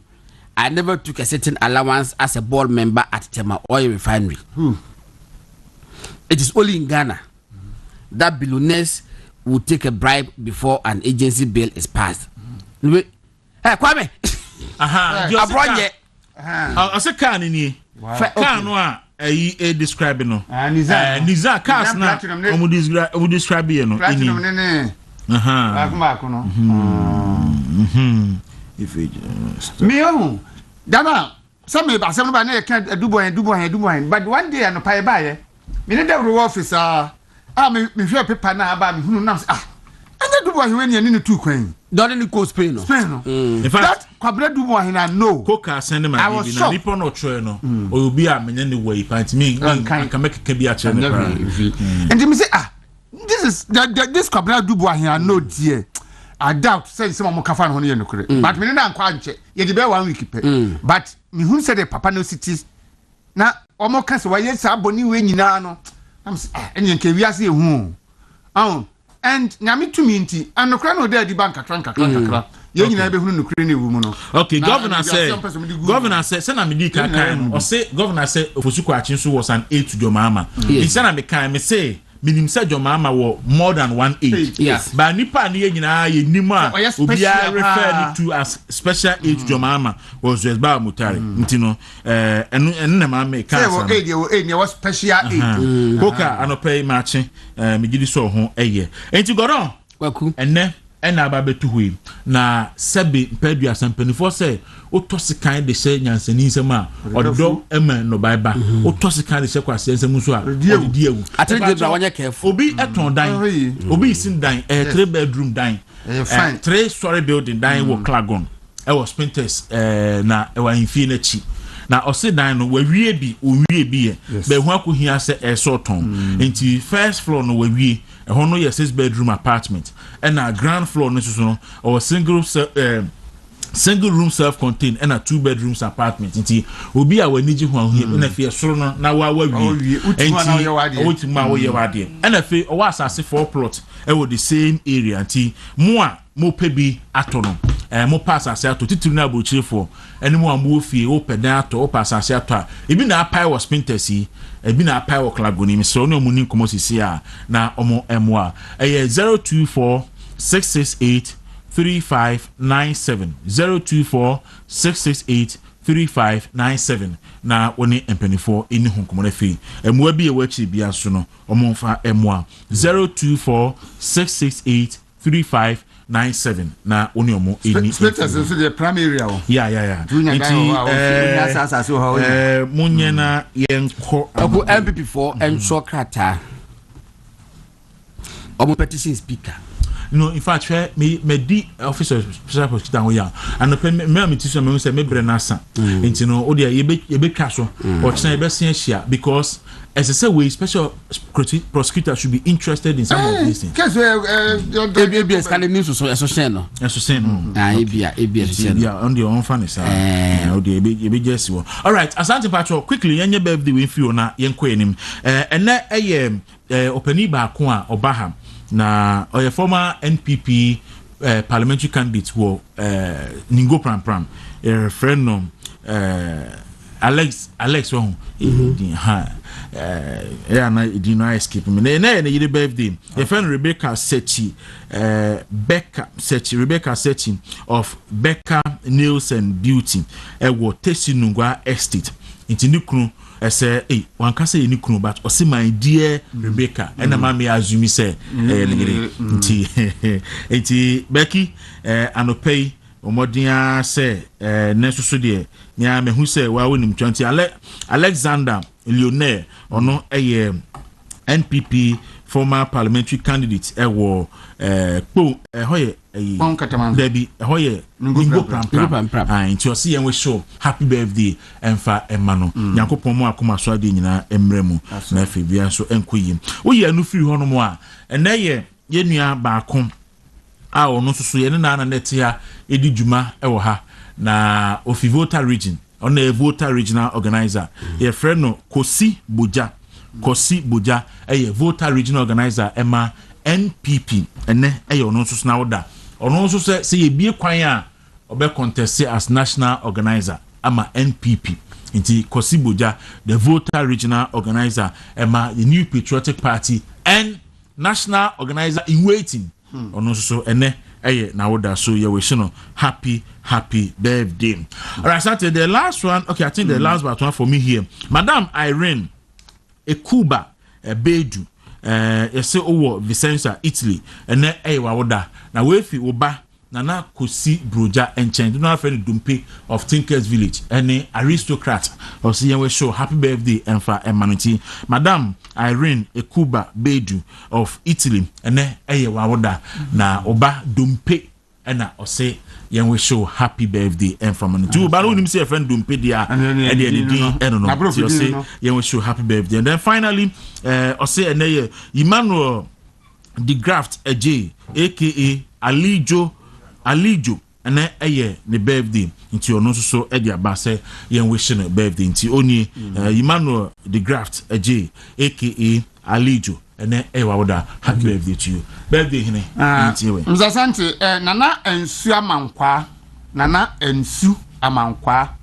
ene ne birthday nana ensu amankwa edi amanfo de frɛ no ono da so no ene amount na hotedi amount nana ensu amankwa cooking enua kumano no enti we unua pani cooking say yemfa movement television so na yema happy birthday ena no enti nana ensu amankwa yema happy birthday there one kan ojina no yes cooking ye na governor one cooking ye no ne kan no ojina cooking kan no okay nra na enua ba birthday na enua ba ma na enua ba no od number no ma tell me misa the number okay na osimeni number no ma minim so od the amount na mka so osimeni okay abusi anti aha ya wuntu radio 95.9 part abin peche na ya check I think everything is all right anti atiefo ntwabi star 256 star 4 hash star 256 star 4 hash no afa option 2 ni ya wuntu radio movement TV Accra wuntu radio movement TV Accra number 3 number of ticket abeto ba ko 5 Ghana cedis na odo mumo pin no e de aka ho na fe wonso watimi edi sika yankofa bibi o ha na aname komedi mafo mra Kwaku still na me kwaso akase that's we we answer na komedi mafo enkofo e da so send a message Kwaku send no abronye buy yes but because of program intimate for Lucas but feedback me nya che say abronye anye obia wa ha there be one ko obia se but ewia no na enkofo asa tiegu abronye so te se mbobro edidi na tema fe kwa do mo se no believe we here ni omo di na tempa me ko for some shoe chale me ni bre a me de ye ni bre minim se we here ni etimi kwa hwe the source of wealth we here ni a ye kwa investigate kwa hwe be ko nya ni sika free na ni se we here ni we sika ni no so nya here ni bi yes we nya here ni bi hey sir na ka se we here ni eti what you are saying is say bibi tiri esi ye fi sanema because see obi epese of obi hori ye popular entino meka o ha na obi abeya no adwuma ye na no pay abronye se no e build the platform patapa de kan oso beto odre enti ande oto odre a na e wa wa se adwuma na no pay ye omo de munye bi ebe boa MP ene hia ebe boa Ghana man adwuma na no pay ye omo de no munye bi ebe boa Ghana man ebe boa MPP ebe boa Ghana nyina intimate na no mi huma mi video o si mi ni ekuro na makomi aya na de ane agoro ha ho ha ko ma team po mati bi team so de mu odu epo a na se wa bai December head oba chesa no petutu to se wa ne ho ahomete anka no pe wadi ada si mi hu bi da mi pie mi si na bi san sa den se wa that's the kind of the money queen Alowat medical skincare for say any education you call because we dey na nya media maye no say teach man na yakoye how be na ba beto yen so e ba sa obetu say wo sha tade kura na wo fere na wo hunda ho na how if you say manfo be kan ho asem e na so masi e na we dey kuruchire e na kuro na yam ene pimples ni na so be agina ni mafa ni nyina no e ba sa wo tete e na manfo bi ye makeup obi timi ye makeup abaka say ya de galamsey na tie na asra nanim na akoye nsem bebere entimi sew se wo sa problem no bia na do ani akyem e wo Alowat medical skincare for aso ye Wama siesie widie na ma wanim no honam no nyina be ye kama na anigya be fie Accra mo su police station dachi Pantan hospital kwan so so wo ho na fe Islegon e champon junction omo ewo ho no Kumasi so okwa wo mo patase omo ben share filling station no person frɛ wo mo a on number 0277 580559 0277 580559 Exodus Moringa capsules any Exodus dandelion capsules ayentafo dura yedi tu stubborn yade ase yade a so ye stubborn watena wo so ache obo ne chem so a emo no Exodus nroi na yedi tu ase na wode wo ho ayentafo dura nti ye numbom anopa mienu awia mienu anwumra mienu kakran na otwe be mienu miensa ekobosu mi achi no bohu nsankyerene pa beba nipadua no mu afi no se sere gina mo na aso bio ma eniema ekoyi be bia tonton do bia no obenya Exodus enoi bi ato upe bi atu afre 0544 447 033 0544 447 033 enne aye 8 May enne na high sense for Wamo fridge promo no de ba wieye. Enti freezer abere ko pema nwumre no num no. Okwa obenye bi ato.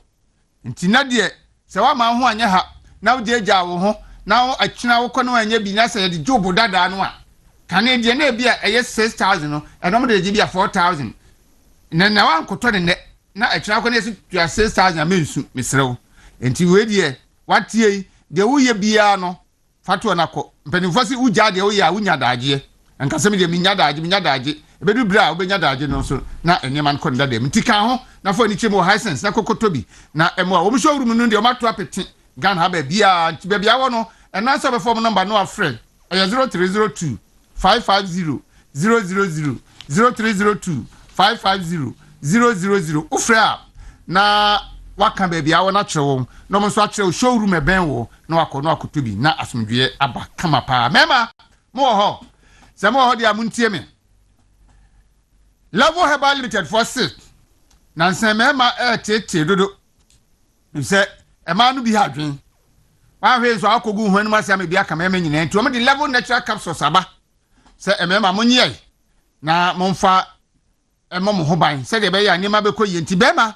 Unu sa house power no so teba fom a Level Natural Capsules. Eno be bo amotumi asaso regina wona aso bio. Usisi ya o ya no a Okotu ana o ya aka ho no so hwe Level Natural Capsules natural kwan na nunum bi na ebeboa wo ama wo nsusu no wade ho ba bia tuntun adro bia no obenya bi ato e wo ho ma mo pa bi ato no wo nkran kropom ana de oni akyem wo okanshi juggling repast ventures na akotobi wo kuma sa na de oni akyem wo kewo Kolinak Heba na akotobi o pesa wo frɛ wo mo nsusu no afrɛ 0599 056033 0599 056033 na wajo de mema age Level Natural Capsules amama sore gina mo na aso no ne man so de nafa lady clean esiesi won mo ho ama omo ho aye kama so ba wabu nsa nafa lady clean beboa wo ama enkaboni bia ema wo ho oba wanya infection bie nafa lady clean beboa wo na atuase ama waye free oba wo pese wo ye secondary virgin wabo abra no bia so pese o sa ba wo dada mu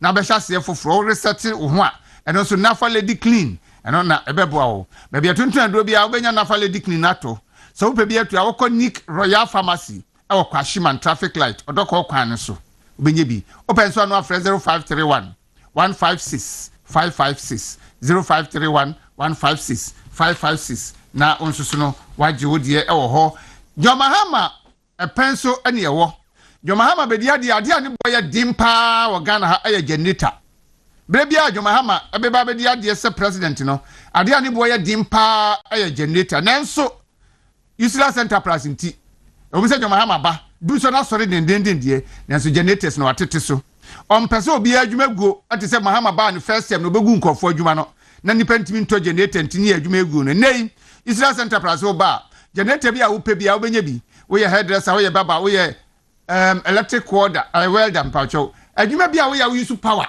ntania na wo de ye wo ye coastal wo anya bi a asemaba wo rane hotel media house I don't know 24/7 ese onya nkania bra useless enterprise ombema generator e wo hono mo generators akese ni se oto a mo de sika so na omo de koba bia wo de koya adwuma no mako yes wa fix ay installation bi ese so me bia de amawo ɛno sɛ wontua sempoa wontua teku ope they did chalon yisu ya friend mo wanu bi wɔ hɔ ope borehole pump ana water pumping machines bi wɔ hɔ compactor they did miamia kwan so no ni nyina ho tuntum bi wɔ hɔ no mo ne ma efe ɛyɛ papa fi obecha kwa wɔ agire no bridge oben 69 American House our number is 0248 169258 0248 169258 fra wɔn mo na enomo entwetwe nkomo na omo emwa wo Nature Medics adi nromi ensan bia ba American farmer na no payie de di kan eye gastro mixture wa wanya stomach ulcer na typhoid fever wa wanya diarrhea na indigestion won susu aduane to yem na wo bufa so yem ye oya no eye gastro mixture ena eso hwe kira kwan na no numbie ebebo yi sa ha na firi ho obede wo ho na wote ho a anigye beba obrem oba ubu nsa wote ya oba wo nsabu ensiso oba wanya infection bi ti say yeast infection no eno so ye mensoplast mixture na Nature Medics diaba omde beboa na sa ha no so afiri ho wo ye be ma wadi free 35 years e kono o prostate naturally na ahase na ye kese prostate no ye kese enu se droben na odwonso fam no prostate no so ta nchai and prostate no ye kese na emia droben no e de se ukra water hose na wa ankasa wo mia no utumi se ensuo no ba wode yawo na eba saa na se be ma o prostate no ye kese a odwonso no so eye ojunsa wo brepa edume bi kra wote ya wo boy manum na esan se bibi emia droban ntino Johnson nyina ntimi mama ho nto kakra beba na akwa akotena se nche na Johnson de na sa wote ka mu firi kuma se konkran ana firi kuma se kotamale obema manfo adwa rough ba bia driver gina no nye hwehwe prostaplast mixture kira kwan na wonso nunum bi na enyi sa ha no nyina mfiri wo so na nyamfa ahodie ba bia tontona do bia no obenya Nature Medics no ibi ato upe bi atu ya number ofra obenya won so no 0248 778899 0248 778899 frɛ wɔn mo na jodie na ahoto emre fie Tabia Herbal Center omde Tabia Herbal Mixture ba maka to se malaria duro tatahwe wo Ghana hapa de Tabia Herbal Center wonya agro se wonya malaria na no Tabia Herbal Mixture na ankwa na ayehu wanya fever bi ununu bi ankwa ayehu hututu ukwadwuma bra ebe fia asede Yakobo wo asem kontom na de asi jaso na waye bete Tabia Herbal Mixture ni bi nom dware koda ade be tia be sore no be ka se na watwekra wo nkwa adwuma da wonu mato ntimi ni di Tabia Herbal Mixture enu ne beboa wo ama watumi adi sa ha no so enkunimu na we nyina ye ya ma abusua no na Tabia fo so atena se ehunu se efie bia mu anigye no kese no egina be ma no so se be ma no amanigye be fia na dwo a esane si anopa ne awia ema nkwada ne abusuafo no nyina so anigye bi eni to de Tabia ta kumaba ya di turmeric and flaxseed black pepper ginseng ne ginger na aye eya dura ya tafre atise wo no eya adwuma o mema ntinimu na nkodon se adura ya adwuma be mema ntinimu bia no ye hia better and further explanation bia to ye be ma wate ase timumi enkopa bi na ma anigye mre fie na nkwada no so ho ntɔ wo no ba bia nya ya ton duro bia kwa Tabia Herbal Mixture Tabia takum benye bia to wa wo pa bia to apese of friend panimfo no number no ye 0243 6868 61 0243 686861 frɛ wɔ mo na jodie na anigye so emre fie abusua aha ye movement television aha aye wontumi radio ye de ani sɛ ye bɛboa wo amadwumadi a wodie bia no amanfo ate wo nka sɛ wodi dwa na wa mo ho da wurati sɛ de wo yam ye oya na wo de plaster taa so ɛte sɛ de wo mu na uti sumu obi ehu anim fabra fa adwumadie bia wodie bia bra movement television ni wontumi radio ha ya krado ye bobo ho da wura ma wo na obenya customers ama wo so ho so adwuma na wo ye no Ghana fo enya so mfaso na wo so unya so mfaso binti ye wa ha ma wo ye wo kokomlemle Newtown kwa no so free circle na ofa odor rice ho na wo ba ye phone village wo kwa no so wo traffic light na bra oni mbese 150 meters wo nsani fa so etua kwa no ho a ye ben Fidelity Bank no nti bra na wodwaton de udwumadi a wodi bia no ye mo ho da wuru ma mo afa ye ntwe ho na ye nko medimafo eho emra midimafo sami ya die mame Dr. Tandaswe sami ya die mame machinchi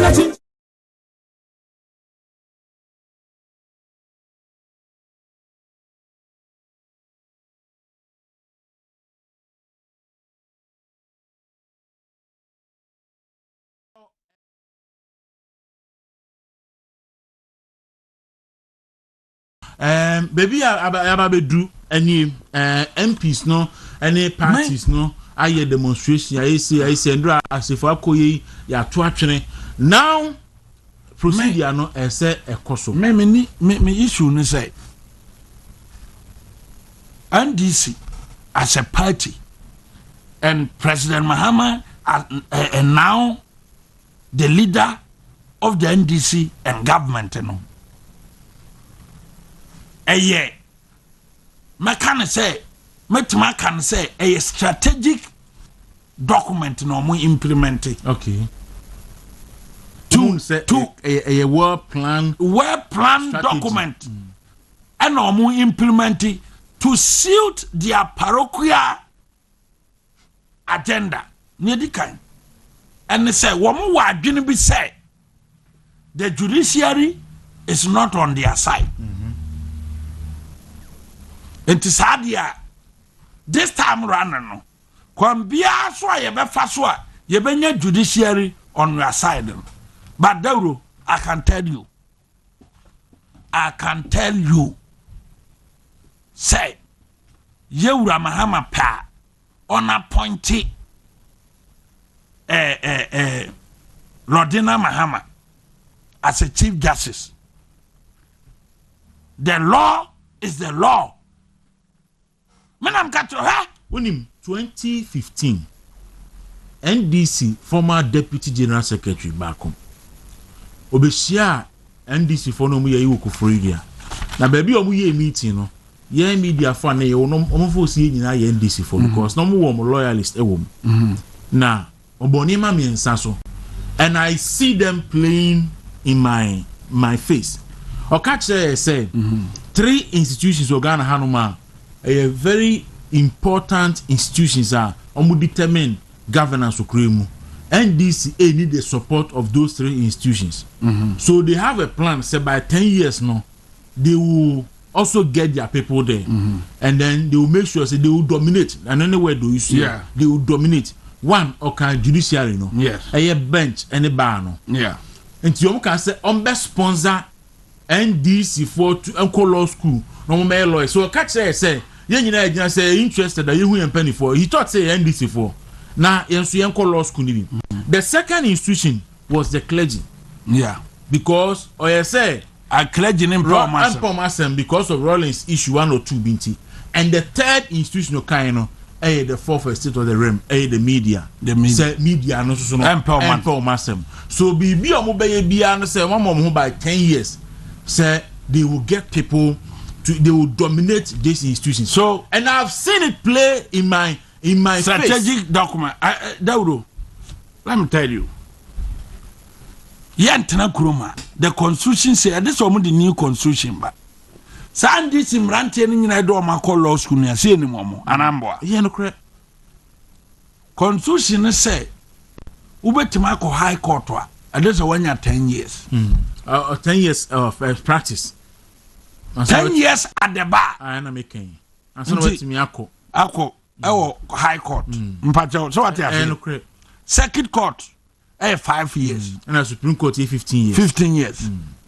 So man for new constitution I mess somewhere. And the demonstration no Mahama Bebani take over Jubilee House on the demonstration because man go for NDC near 1 year 5 years at the bar. And High Court. Makwa. And this strategic document now, we more execute to say we will take over no. Now, case beyond where bakwa and Marane say yama bail a judge baka say on my bail. And ye been yama bail ya revoke bail. Kwabra do go issue. See a man bail. And now Attorney General Sunday court said a failure or interfere with witness. In the answer finding courtroom 2 weeks. Say, we know ye go for break. That say you back home. Until Kwana also interfere, the next you know, as well be provide evidence. Sometimes, so court the age you know, and the court on here then, a year Juma boom. Told him sanity. The Attorney General Department, you know, woman yako do court. Normally, omani court no yede ɛyɛ adwuma bom nti sɛ attorney general ne kasa normally no yɛ wɔ nhyehyɛeɛ sɛ tam biara no attorney general no wɔ upper hand ɛno no nkyerɛ sɛ attorney general no control court to no but ɔwɔ upper hand ne upper hand ne sɛ sɛ wo say or interfere witnesses anamboa. Yes. 1 week in this one for evidence in the bra. And no omonya. Okay, end the case no. Okay, end the case no. Wamukon ne na then attorney general Batin Oduro or con ne no a bachelor no accused person no one of the leading accuser na bakukura di yendi MC da. Actually, obey Deputy Minister of Foreign Affairs about 2017. Or call no ambassador. You didn't call na ba, you didn't call na ba or interfere with a very do babina judge and say. As I say, dear Sam, the bia or interfere witnesses, ya do so. Ya bremo into your bed, dear Sam, and not justice upon so kaya. Justice upon your boy. Oh yes, so be dia asem na na batin oduro. Atwere petition tin say. Judge na kwotena bia ba e wo ne girlfriend chen say. Asem ne de obedi atia. And this for omupompo. Nti publication ba chronicle front page no. Ade achi na justice upon e kwotre say or recuse no ho from the matter. Now go and read what Justice Upon said in that recuser letter. Or say, the country has a history. This country has a history. History and the Sidikunkum judges. Oh, I see. History, yeah, that's what you know, not judiciary, no, a shattered tuntum. History, yeah, that's what yeah, not judiciary, no, a bobrisie. Namum or recusing one then attorney general batting or draw. A bobatin or draw. Or man 1 week on chila bar crow quatana, and then the girlfriend bar crow, on my location, on my everything as attorney general. Na say bobatin or draw. Etimi the evidence but no kwatena ba way and no ka say case no obedi atia and say or no ever resign as a judge. Dawuro ebesin ne evidence name to me ama besin ne yo 15 years in here or 14 years in here say ne and evidence ne beba. Sa judges na NDC akizu omo 2011 no 85% of them were appointed by NDC. But they turn around to accuse them because the law is the law. The biawun kwason kantre judge say accuse na ye say wa mrekwa judge ni nim say we dey so ma be masa and internet say ye appoint obi o high moral integrity. Eti wasema wo kan eya na me do say ya na ma yere Kwaku baako asema wo kan eye me de ma me mo baako ma ansa na wato aso. So according to Kwasiabiti logic, any idiot can go to court, but there is a note of caution. The courts do not interrogate suspicions, conspiracy theories, conjecture, and rumors. They deal with facts, evidence, and law. According to Kwasiabiti logic, any idiot can go to court, but there is a note of caution. The courts do not interrogate suspicions, conspiracy theories, conjecture, and rumors. They deal with facts, evidence, and law.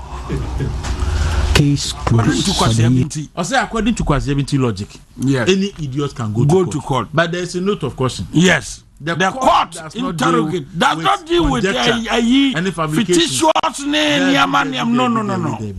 But they deal with issues with facts. any law. Enti no wose me ye kromfo a abrante ya charge ni sa properties ya o man list say wa wi sika nyina dubu ahinyina no. I am telling you each property bia no e attorney general said dey say otimi prove reasonable doubt say odo man sika netoy nti ete ha the attorney general ya o issue statement accuse you say nipa no oye innocent until proven guilty. But Sabrante will see a dinner sem dada. Oh, court of public opinion. Court of public opinion. A sentence no dinner tum. No crano. A violated the 1992 constitution. Say, unya chobi. That's also a accused person. The person is presumed to be innocent until proven by a court of competent jurisdiction. Chairman, finally on this issue, no. Baby, nominating Crawford. Baby, about be dream. We share said the Mahama. 1 year by NPP for any other parties. I demonstration. As some court, no actual action by 5-2. Kwasifa said they are considering say omo chairman judgment number. No matter some bit me a co-reviewer. Yeah, so Mahama and train cry. We nominated 7 judges. Sending a walk in Eddie Ako. What's case in the conclusion? By saying, I have no problem about the nomination. Okay. But we will problem about Nipana or your nomination. I see. It's problem with the judges said you're more corner. Oh, but what problem with the judges? Yeah, come matter me. You know, Matina Kroma, and you know, better not compensate. We are say, why should I have problem with them? But we will problem with Nipana or appoint to a Let me tell you why. So to Riasia and yo won't say we nipa chen Dawuro. Man yo won't say who nyansa chen Dawuro. Man yo won't say when yati chen Dawuro. Yet to a minua and a more petition say the Chief Justice are recommended 3 people to be appointed to the Supreme Court. It is our Chief Justice in Yenadi because Supreme Court wa ye mandana. Mebwa. Mo. Dawuro Mahama. Adina petition no so say. Chief Justice a recommendation. Bronin catch a recommendation ya. But your ayenche. Debbie. Bronin papa ya otewa ko suku. Aye masters ya wie communication expert. Or try your communication expert not te brofo. Not the word recommendation. Now the Chief Justice letter now. Or say I write to request. Or say I write to request. But obi bisa wa de no wanya. Eyenche. Debbie. Ye de nipa miensa. Ama General Legal Council. Ama unanimous approval. Ye do ma parliament. Ba ko ye adwuma wo ECOWAS court. E wo court of appeal ho. Ya veto o ma wie. NDC 4 in 2024 say enam say woman MPP 4 year penti woman ko parliament net en ko parliament china ema approval ne nko so parliament ampanyampa san krofo we no omo ka kire say with the region side Supreme Court no numbers na wo ho no okay na Dawuro Mahama say oba there is no way Obama ya paki Supreme Court no. In fact, can say constitutional review recommended 15 into about Beheson Ghana for bidding come on. No peg number no at 15. At 15 so that it wouldn't be more than 15. So 21. But almost accepted 7 they can do 21. Medasi. In fact, the Chief Justice no crown called the do 22. Medasi. And to see am no kase no. Mahama onidi Ghana for atem. Maybe say onidi Ghana for atem. Because we di atemo am menyu atinye. Mahama on country say na ni atete Ghana for. Me I have no problem with the judges now you nominate to omono because no more court of appeal anameboa. Yes. You know mo na atena kroma. But you pesa wo do omo kwa be katre Ghana for say ebra na me wo opposition no. Me wo opposition no. Me ka say numbers ne doso. Ba me ba ye no ma won say nye saa na etie in fact a chief enti me justice pagana fo atel say asem na me ka kire mo me de attack me predecessor Nanado Danko Akufo-Addo say or Paki Supreme Court no saa na nye saa na tie ho abehia say me di bi be kwa akoka ho but o kasa who fought you. in fact chief justice here na yesi yi na di on the recommendation ya wokan o kan say ne botan ne say ibenya Supreme Court miensa e be sit at the same time. At least 3 Supreme Court sittings. Wait. No matter me dispose of cases no. And on average, no matter me about between 300 and 500 cases in a year. In some of home to me enka. Yes. And you know recommend this microphone no.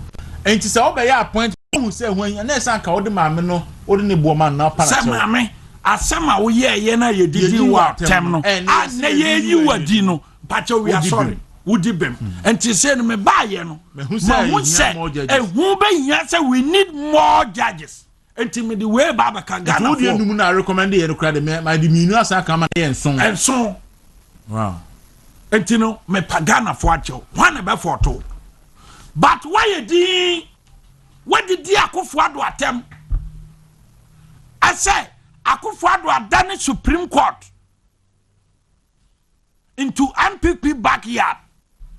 MPP playing field. Yeah, let me say the Dawuro.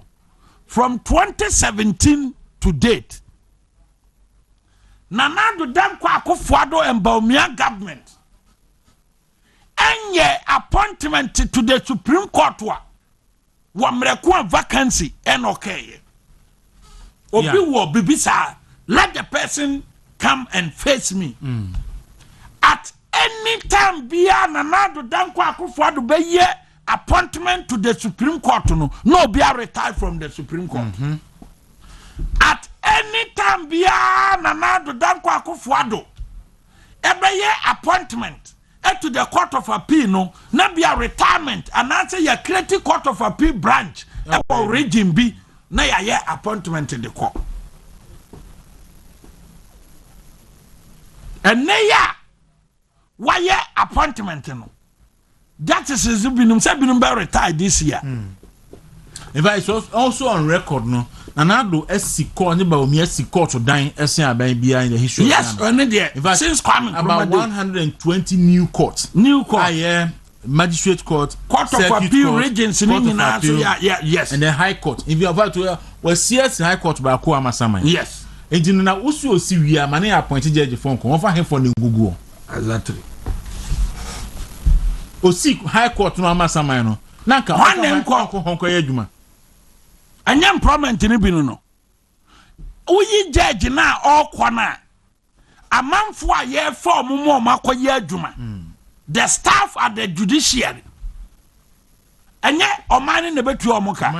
Anya productivity no omo so de baba. Enti no me no nkrofo omokọ ofa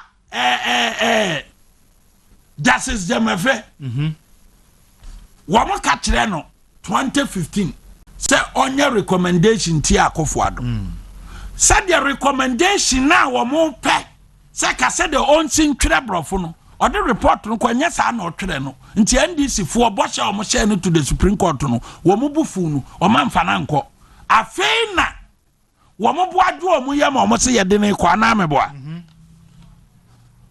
mame ma wan judge bi ye friend no Justice Yao Apau Supreme Court judge retired papa na odi asiedu nkatia call class 1 e kwa kire no how to use calculator no o se jeje numu ko yin ja no yo kaisa case me say papa na o kire asiedu nkatia how to use a calculator in a class 1 no unim ni track record and any history so on so yes on so in this 4 year ni so commissioner medase unim ni record na KTM drillship issue me say unim ni record waye PNDC regional secretary then Bonahafo region and they a regional minister. Okay.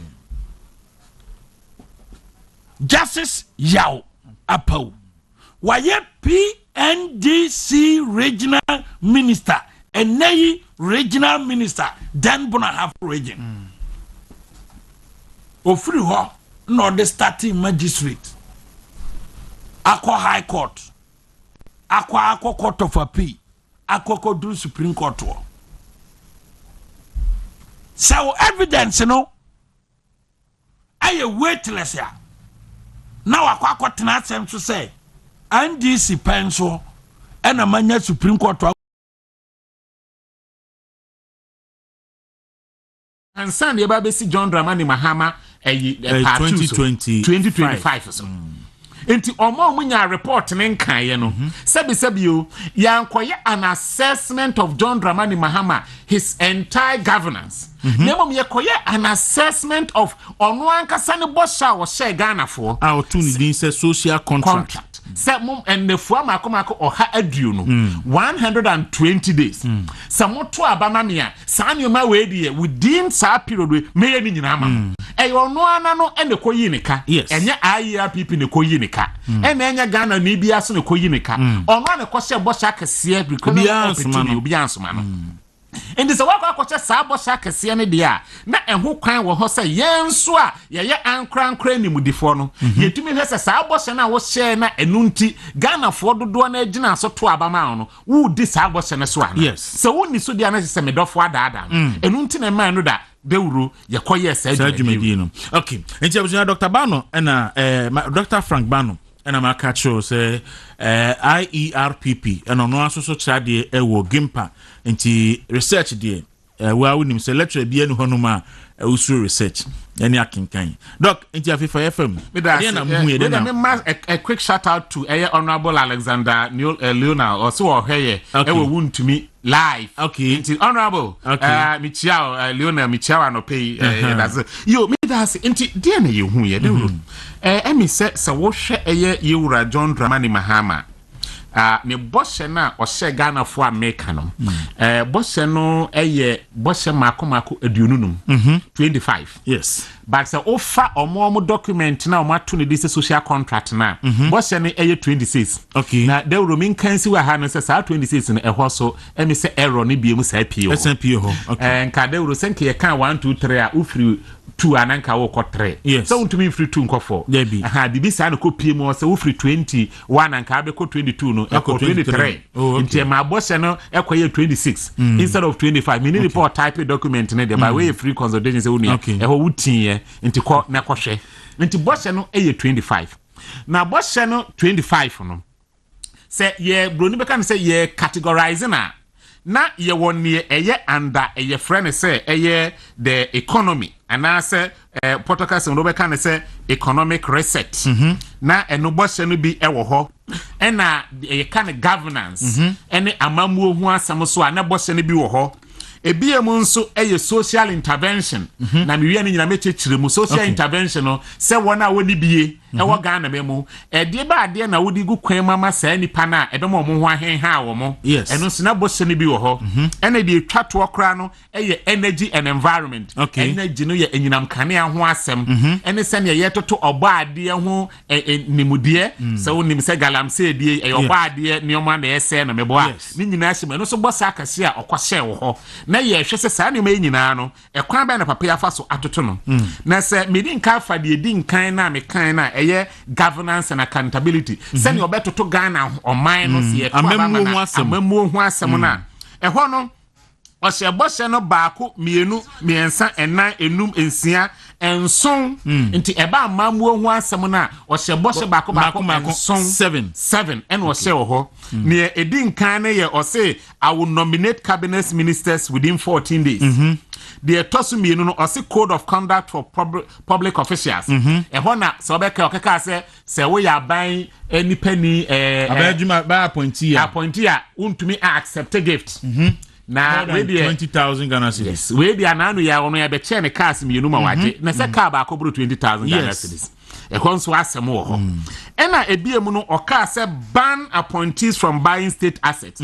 was ono dey to abama na first 120 days no obehwe se wo ye government appointee a the friend say abeja pade no unto bi da o de emra begu kwem se unto bi da eno so kan wo ho ebiem no say reform scholarship administration scholarship ho nsensem say omo pesika akosukuu aban fotuo ma akosukuu ne ho nsem no so obehwe se obeye nsakraye ebi maada wo man mu ha wo ho eno so oka wo ho yes ebiem no oka say reopen probes into election killings was say ayawa so ne 2020 elections I call so em say 2024 the man ebi wom was it 2020 elections ne o ma ekokọ so anko yi no obesa ma entwehwemu kase akọ so eno so oka wo ho nti eno no the first part of governance no eho asem na ye fa governance na menua eho ne assess no na atiefo tie entie ne ye okay ya wode max Dawuro. Okay.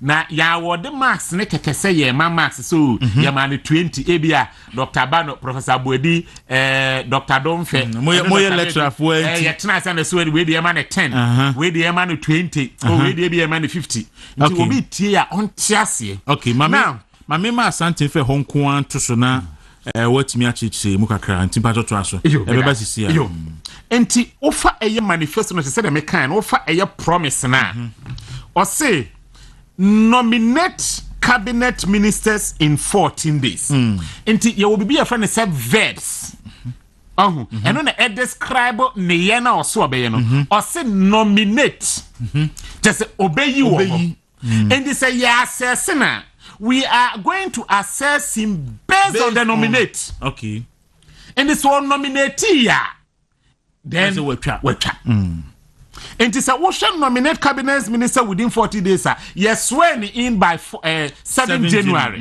by 21st of January no we yin mpanyifo nyina awie enti ehwo no se oba achievement na ye man 100% but we ni ana se we ni we the final weighted score. Average no okay. eno no de atoso no okay we the final into the first part of the presentation no eno ehwo no mo ho no asante bacho ma odi ma we twa ansa wi a onko under governance no obetimi ahwe yeah me wi a ebeko we see ni mo okay enti we ye nchima ye de mana manfo ate say how we awarded the match ehwo de ofa ehwo de a ehwo ne penny man 100% which okay enti status ye trust completed fully achieved ebiem ukọ the second point under governance or say establish code of conduct for officials into the operating word there is what establish yes into eno nso no ye kwa akohwe se oyeye ana se wanye se okwa or say establish a robust code of conduct and standards for all government officials now okwa status na or say code of conduct drafted but enforcement is pending okay to establish this would ye so adwuma but we no draft no ho document no draft no de ho but any was adwuma be guide one pound for where you are money say eno no mo koso kete and to say by into force no nothing guides them now okay enti ehwo no ye man 100% eyeye enti say ohanche te onfanye adwuma enti hono yes score no 70% okay enti the status ne wo hono say code of conduct drafted so what yes na ebiam nso the same governance no ena oba papa no sa shebo biam say obe institute forensic audit into national cathedral ne yekeka ho na eno nso no yese IRPPA nhwehwemu no yehu se sa institution ni minim se Dawuro tie what say ya institute bibi to investigate national cathedral yenye enti ehwo no se ye man 100% enye tietefo ntie how we awarded the mass enye se bia se ye kotena se ebubo ye se bi man keke dabi enti wo hwa ye make remark bi o ho se o se eye sa ade no kan astole wanye do ordinano aka ye hu se wasase ekeka no ho but ade na poti oso be ne de enkoye enti ho no ohanchechemu ne ma ne dupe edu okay okra de budu nka se we were charitable with him ti ba no ohanchechemu edudu ebiemu na appoint governance ho na or say ban appointees from buying state assets Dawuro me no tie what is ban no Yes. What? Menti. Mentonte. Miss Menti. Enti ehono. Nega say she ni ho. Enti ehono. But me who say what can be bisa, but officially say be there has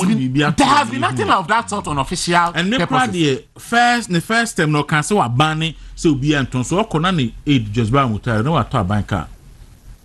Enti asuso betimi implement sa ban no ya de fofo. Enti who has status now yes not started because there is no official documentation that shows say why ban bibi. Enti ehon ye man zero. Okay. So what you say the rule? Yes. It is a what here so far na maybe boss here on say fair assessment near you know. Yeah, the operating words or say ban. Once the ban is not in place, then we score you 0. Yeah. Into the operating words no and we share any there. This the operating words no so be your man na ya.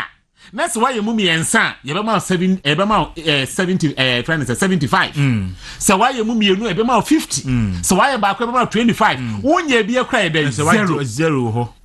Okay. Inti Ghana fo enti inti nyankotena ho na ye boy esrem keke ene ye de max e ma no na se ofi ho no ma na ya ba eye the economy na economy ni nso no papa ne ka kire ye say obe reform obe create lean government obe mad ye friend say national economic dialogue obe scrap draconian taxes obe review industrial and import taxes obe establish the friend say export development council obe mad the friend say job programs and also creation of job programs opportunities and a BM no was see obey implementing 24-hour economy.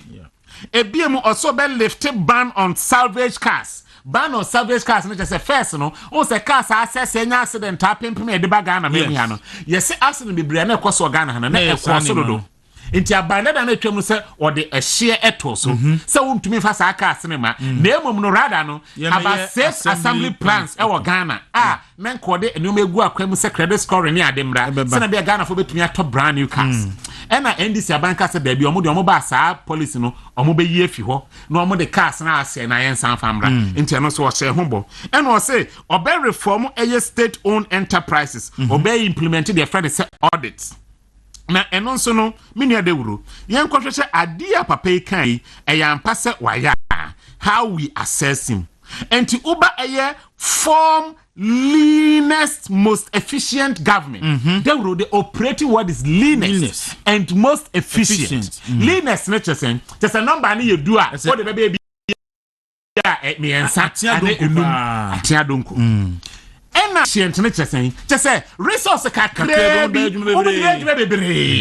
wrong operating word. Yes. Now, young question said, dear papa, can ye, sana, why, nana? A honomono, Dawuro.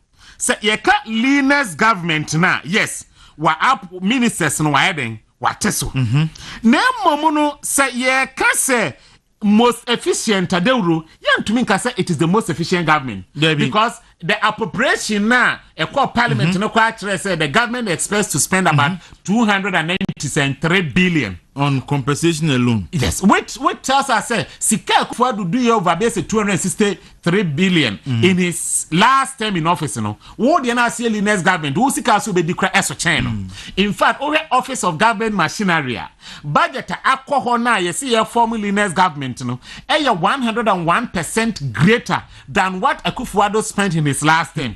It is such a government cannot be said to be efficient. And when I say Tikwa okita V8 engine, fuel abeto. Na odinum fuel. Sana Tikwa onum V8 fuel. Yes. It is an hundred cities. Say be say akra dey atu fuel. Obe touch and dey na wo toda da gumu no. Enti ehono no we gave him 80%. Okay. So on the way to share. My fair power. Yeah, very fair. Ka hono ka wo hwebu pa ka both leanest and efficient and should be 50%. Yes. But we even went ahead and gave him 80% for that. Dawuro ofi hono ma and also car say under the same economic reset no also hold national economic dialogue yeah so no the man is 60% because they say dialogue no they were hold but fiscal plan no because they will hold dialogue they say they will minute wow we season journalists watch na make no organize dialogue near oh yes na dey be free maba be ye adwuma de be ye eno ne yase eno de ye nya hu ne ye nti ehɔ no ye man 60%.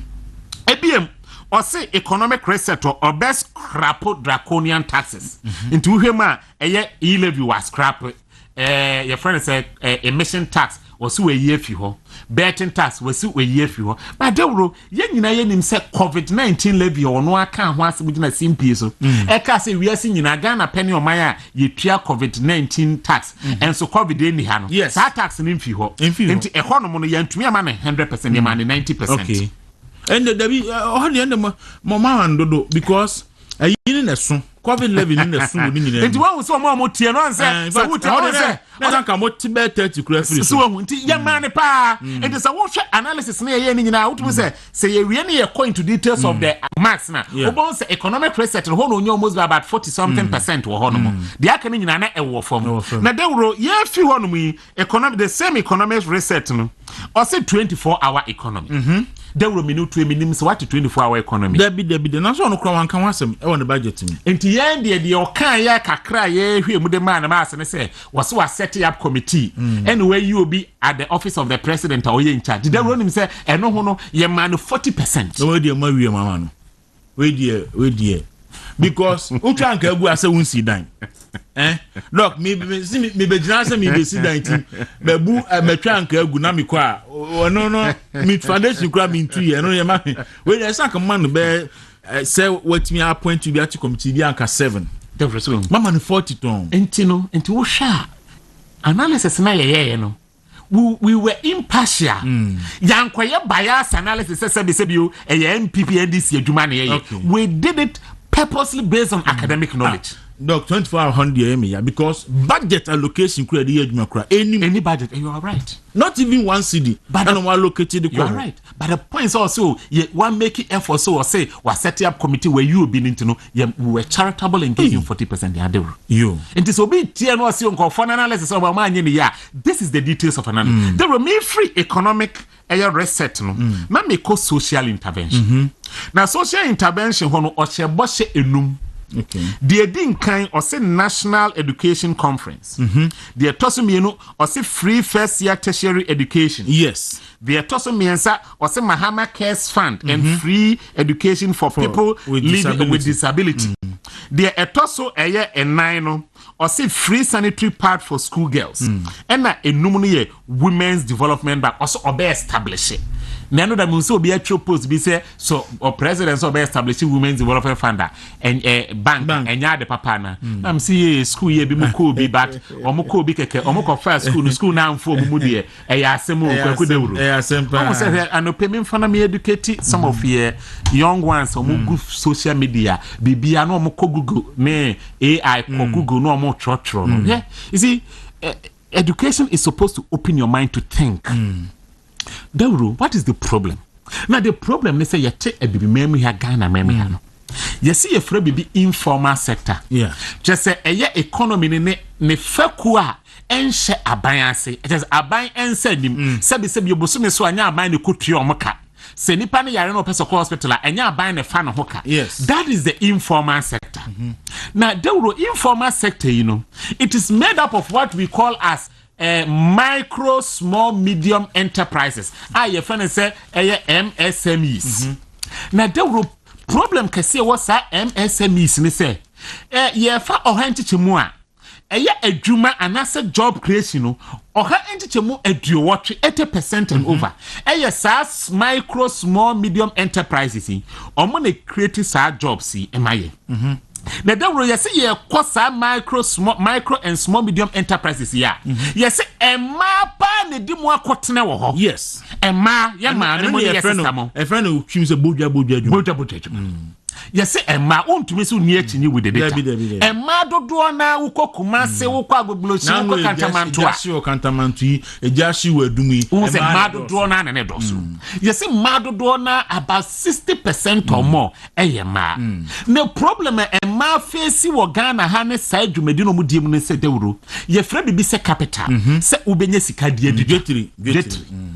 Na research actress when you this in a research where research a mu bi yaye dada ayenim ene one of the reason China Dr. Bawumia say obe establish some special bank development bank bi so obe kaya now one of the research hu nim say ekromi ha no say ukoje besia eje say ukra ensi ho na ekro ye hu say a multi don't have access to collateral. Yes. na meka collateral ne den dwume ade bi ajapade bi a wo wa esombo a wodi kosia no se mentimi antua momfa e ma dodo na ni bi wo krom ya ade nti na ma ni bi Dawuro hu se ofa the akan inheritance na eye oba ne si ohene meboa enukre but so yesi hini wi a ensase a wa akunya no nyina no eye ohene no ene kuta nsase no on behalf of oman no meboa so oba to esi atwere ma dem asam no Dawuro in fact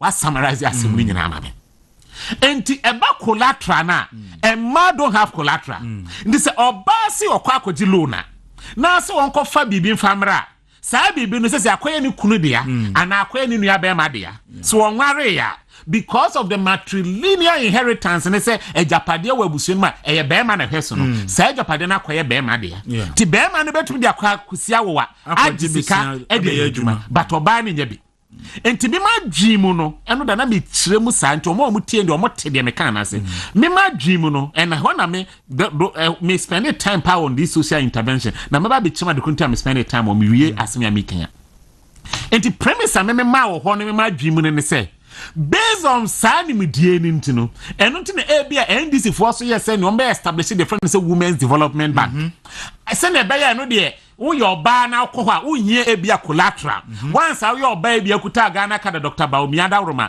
Ghana card wo ntino obetumi nya loan na de akwakoye wadwuma na minko into details sa achievements se omaye anase omunyeye minu Dawuro enti say ye fa the first social intervention or say national education conference now the operating word ne say or say convene a national consultative conference on education to build consensus on needed improvement to the sector. Say oba just conference ne kwa dem say omoye wo Volta region baby. It has been held into Uba status I say held.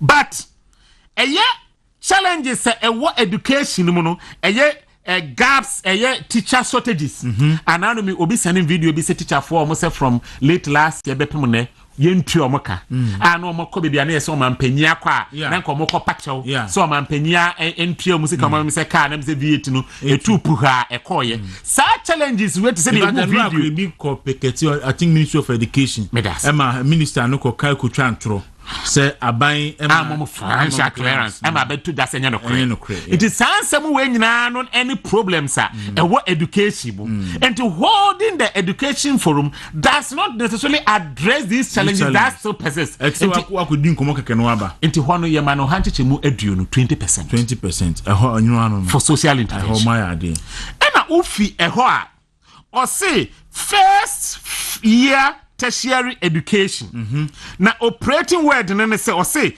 implement the no academic fee policy for all first year students in public tertiary institutions, universities, college of education, nursing training institutions, etc. And also abina ye and in fact so what's your budget statement numa Abano devote to a certain amount of money. I think about 499 million Ghana cedis. And Dawuro yama abano 100%. Okay. Now, say the next idea abano ka se obeye under social intervention Mahama case. Or see introduce the following social interventions: free tertiary education for persons with disability, the Ghana Medical Care Trust, that is the Mahama Care Fund. A honsono say fund no has been established. In fact, the Honorable Minister Akando eka ho asem say sa fund no omampanyi aye, but say this has been partially rolled out. If we say enipa was a benefit to omono abaning to be for specific and exclusive criteria my say be one we did them when you be a person aboa no e kwan be ne dey fast to identify woman. How are we going to identify them? It say omo na beba anasa ban be for policy be akopa muabo targeted because ukọ baby say enkrane be kumase ne kura kese ne de you may see them but ukọ enkura se ne nkron ketwa na so obi kura de dem ye de ne tete yempa ne mpie So what's the policy banwa be benefit say nipa na? How do you identify the targeted population? And then they say sa exclusivity exists, after implementing this policy, it still won't exist. Into a one and sa nyoma we say enya clear into yema abino 75%. Now under the same social intervention, or say free sanitary pads. Now, also the operative word now also commence the distribution of free sanitary pads to female students in primary and secondary schools. Okay. Now, Dawuro, and I'm a cousin. Yet, you know, I dear back one. A year NDC. Time no more opposition. Or more kama a year NDC as a political party, and some of Mobab Abema Baby NDC Abine. A come here tea and say. Omo problem no more with free senior high school ni say free senior high school was wholesale. Na wholesale no brofo no ni twi ni anything. Or say bia na obi wo sika opese wo tua. Yes. Enso ya ne say obi wo sika kra no aban ne say obi tua ma no. Enti adenti na aban implemented the friend say means testing.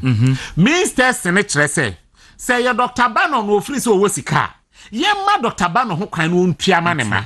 Na bia se me nua Kwaku Dawuro no de bia onni sika na se na dwuma oye na bia na katua wofoma ono no de aban ntua ma no. Enti means test ni nyina cha se yenkofa de friend say national income data. Na yenhwe Ghana for dodo ahe na bia won akatua wo yetua wo no entumi ntua wo ma school fees e wo senior high school. Niama say ni pakuo ni identify mo ni anka so mo de aban etua mo. But one na waji akatua esobro so obetumi atua wo ma school fees de yema say ni pa de entua.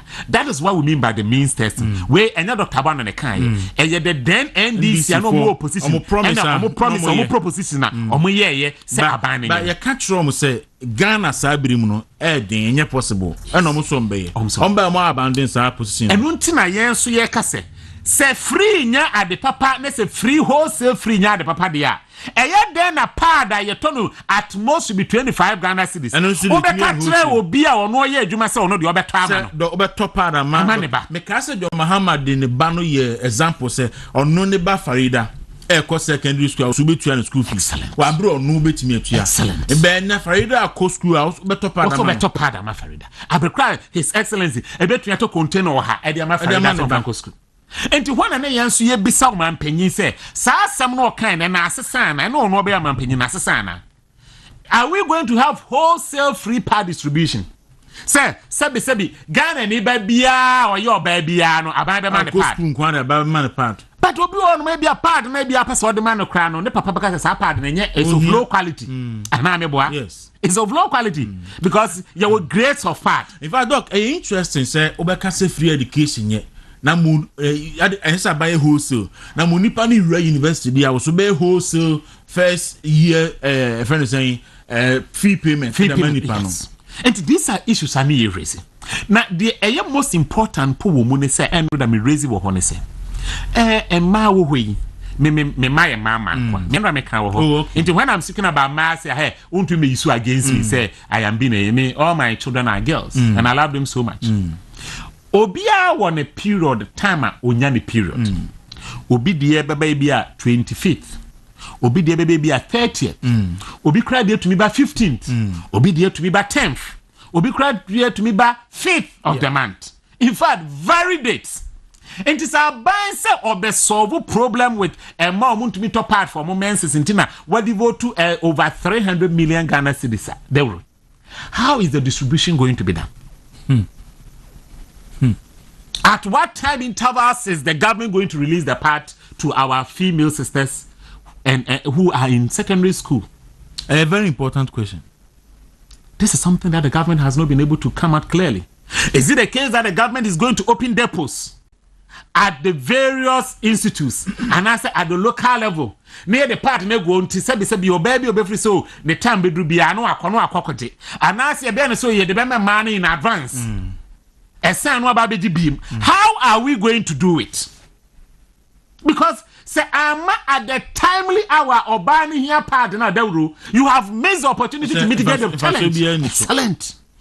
Well, so your part now open so your populism baby never be any. I was saying Dr. Frank Bano and AD and Dr. Frank Bano Chadi Gempa or science so penny for down IERPP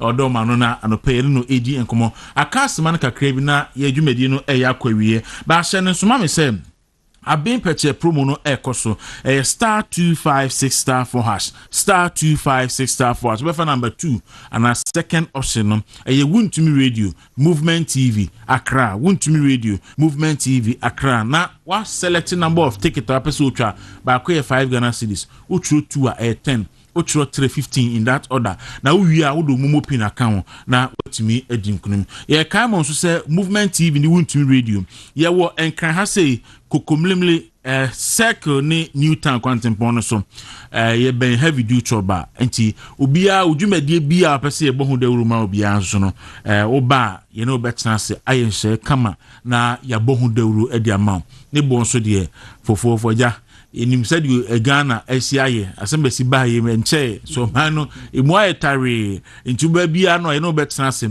na ama conditions a ebeboa na so adwuma akoso na ye no aye adwuma mu eni ye ninkita ho na emu abi ohobia yemfa emu am dog macho interest bidase enti mini Dawuro enti se wo hwe ehonom nso a na ehonom no ye man 100% enyi enti because sak entremu nyina no emaye enti do the money has been given in the budget no and a part don't say they were but say time and nipa no benya no a emma ne ho enkokyere no say the time also nko on ebia kan ne menses ne ba na obenya na that time untumi nkyere mu me yehuye ni nti no ebia na wato egu ho so na nipa na enya nti ho no ye man 60%.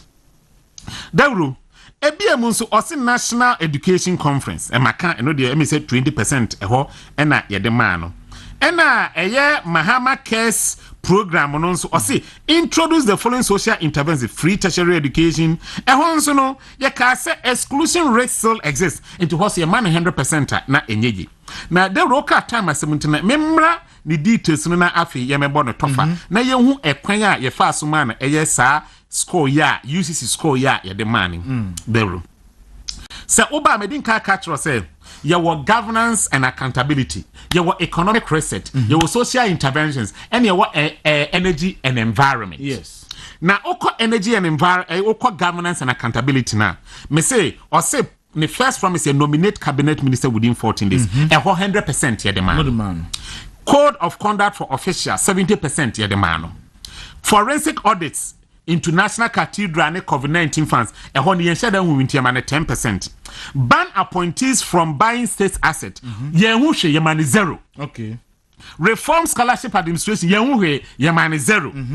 Purge security agencies of militias, and also Yehushe Yemani 0. Reopen probes into election killings, and also Yehushe Yemani 0. Yes. And initiate a probe into the man-made disaster caused by the VRS village. And also ensure that but what can be big into Yemani 5%. And it's a worker some marks in Naboma for governance and accountability no onya a total marks of 185. Okay. Out of 700. Asante pacho ko data ne down ho. Doc say we last page. We data na or code details na or be who. Asante pacho na last one last part. Amount for ntiase.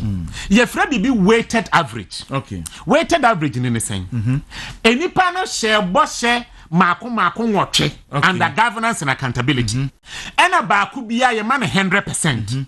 And so we are the average score no will be the additions of the 100 to say but no senko nyani 100% and kabeye 700 800 but mako and watche 800 baku bia 100%. And 800 divided by 8 to give us what 100%. Okay. What I say and then a podcast me friend say weighted average. Okay. And to wenu but and watche na or say you know so what for the total score na 185. Okay. And to divide 185 by 8 on 23.13%. I see. And to offer a governance and accountability the total score no 23% out of 100. I see. It's that 23 out of 100% for governance and accountability. Yes, F no. Now, what's our economic resetter? economic reset nso no onya a total mass of 410 because e hono no nya max kese pa ena hono na boshe ne ye mako enkono 9 okay and it is na me kire mu no and was always weighted average and to be divided 410 by 9 and was be divided onya 45.56% and the idea ye ni nyina hono nya max kese but no kra na still na no e fail because the pass mark no e 50%. Also nya saying onya 45.5 e hono nya mask kase pa but no so class e fail. Now we are na your social interventions say na me chechiri mu no social interventions so say na me chire national education conference first year tertiary education and then the keka ho no wo keka ni nyina aboma e hono onya 185 and also we divided by the number of interventions na okan na e also onya 23%. Okay, asante atimia project ade no no that's no that's it. Yes. Okay. Into so into social intervention na eno no and to divide there eno no abenya we ha no emi say there's a bit of we no averages no over the second one na third energy na is supposed to be 16.67 and enye 116. I think there was an error there. Okay. Yes. All right. Into oko energy nso a energy and environment so a hono crowd odi ntwa bebre because job programs coders near the hunya 30%. Lift ban on salvage cars no crowd wonye ye man 10%. Initiate steps to compensate the flood victims hunya 10%. Into the total na 50. And to divide by 3 and 3 promises are obenya 16.67 or hanchichemu edunsia echirupo ensia eduesia ensom. Enti minua enti uwia afe sa max ya mekeka ho asemi nyina no waka ni nyina no waka ni nyina abom say okay kan nyina that is the total mass for each promise under the thematic areas no nyina yes okay enti no okay kan nyina abom a ni total mass no 905 okay na me din ka chem enti eno mpacho onko the last one the final verdict no say okọ the final verdict na the total mass nyina offer social intervention, offer governance and accountability, offer economic reset, offer energy and environment. The total mass nyina nyina that asante before the thank you. We me that say. We no in Chiremuno. And to all say you will be a friend of final weighted average. They say that be Chiremuno. Yes. U total mass nyina wo individual promise mass. So what yes. The promises you made in each section. Each section biano. Who make a promise. Any award do individual mass for each promise. And to see we have to weight it by your total promise. And to make cancel Chiremu say the total promise no na 25. And to total mass Ghana out of the 25 promise no 905. Then we now have to divide it by your total promise, which is the 25. Okay. Now when you divide by 905 by 25, you are going to get a final weighted average of 36.20. And John Dramani Mahama, His Excellency, say you find 120 days promise, and Dawuro, let me re-emphasize. And yet, just the 120 days snippet. Say you find a bosha was say yakasia. Na you find a final massa was square. Na a 36.20. A grade of F. Na enona enchiremu no ho say F there na say a poor execution. So we refund from enti eno ne marker eno da IRPP ye demand. So Dawuro, it was purely an academic exercise. Enye busremaka. I see. Enti you say Mahama wa amount number 120 days here anko na se min twamfonyi kakra bi ntwa se na me kan no se eno da ye me afa toto ne yetwam obeka se o enkofu ekura de ene mi se ompe president asem Dawuro me say PNDC and your analysis from PNDC military. That's the first page. Fato so na tie for hwe. Enti so bi kwa bonte no kasa. The person should speak to the data. In fact, your analysis no and also details no PNDC under Jerry John Rawlings in 1982 or score 45%. 45%. I see. Se oba 1993 na ye friend is a democracy na NDC no or score 60%. I see.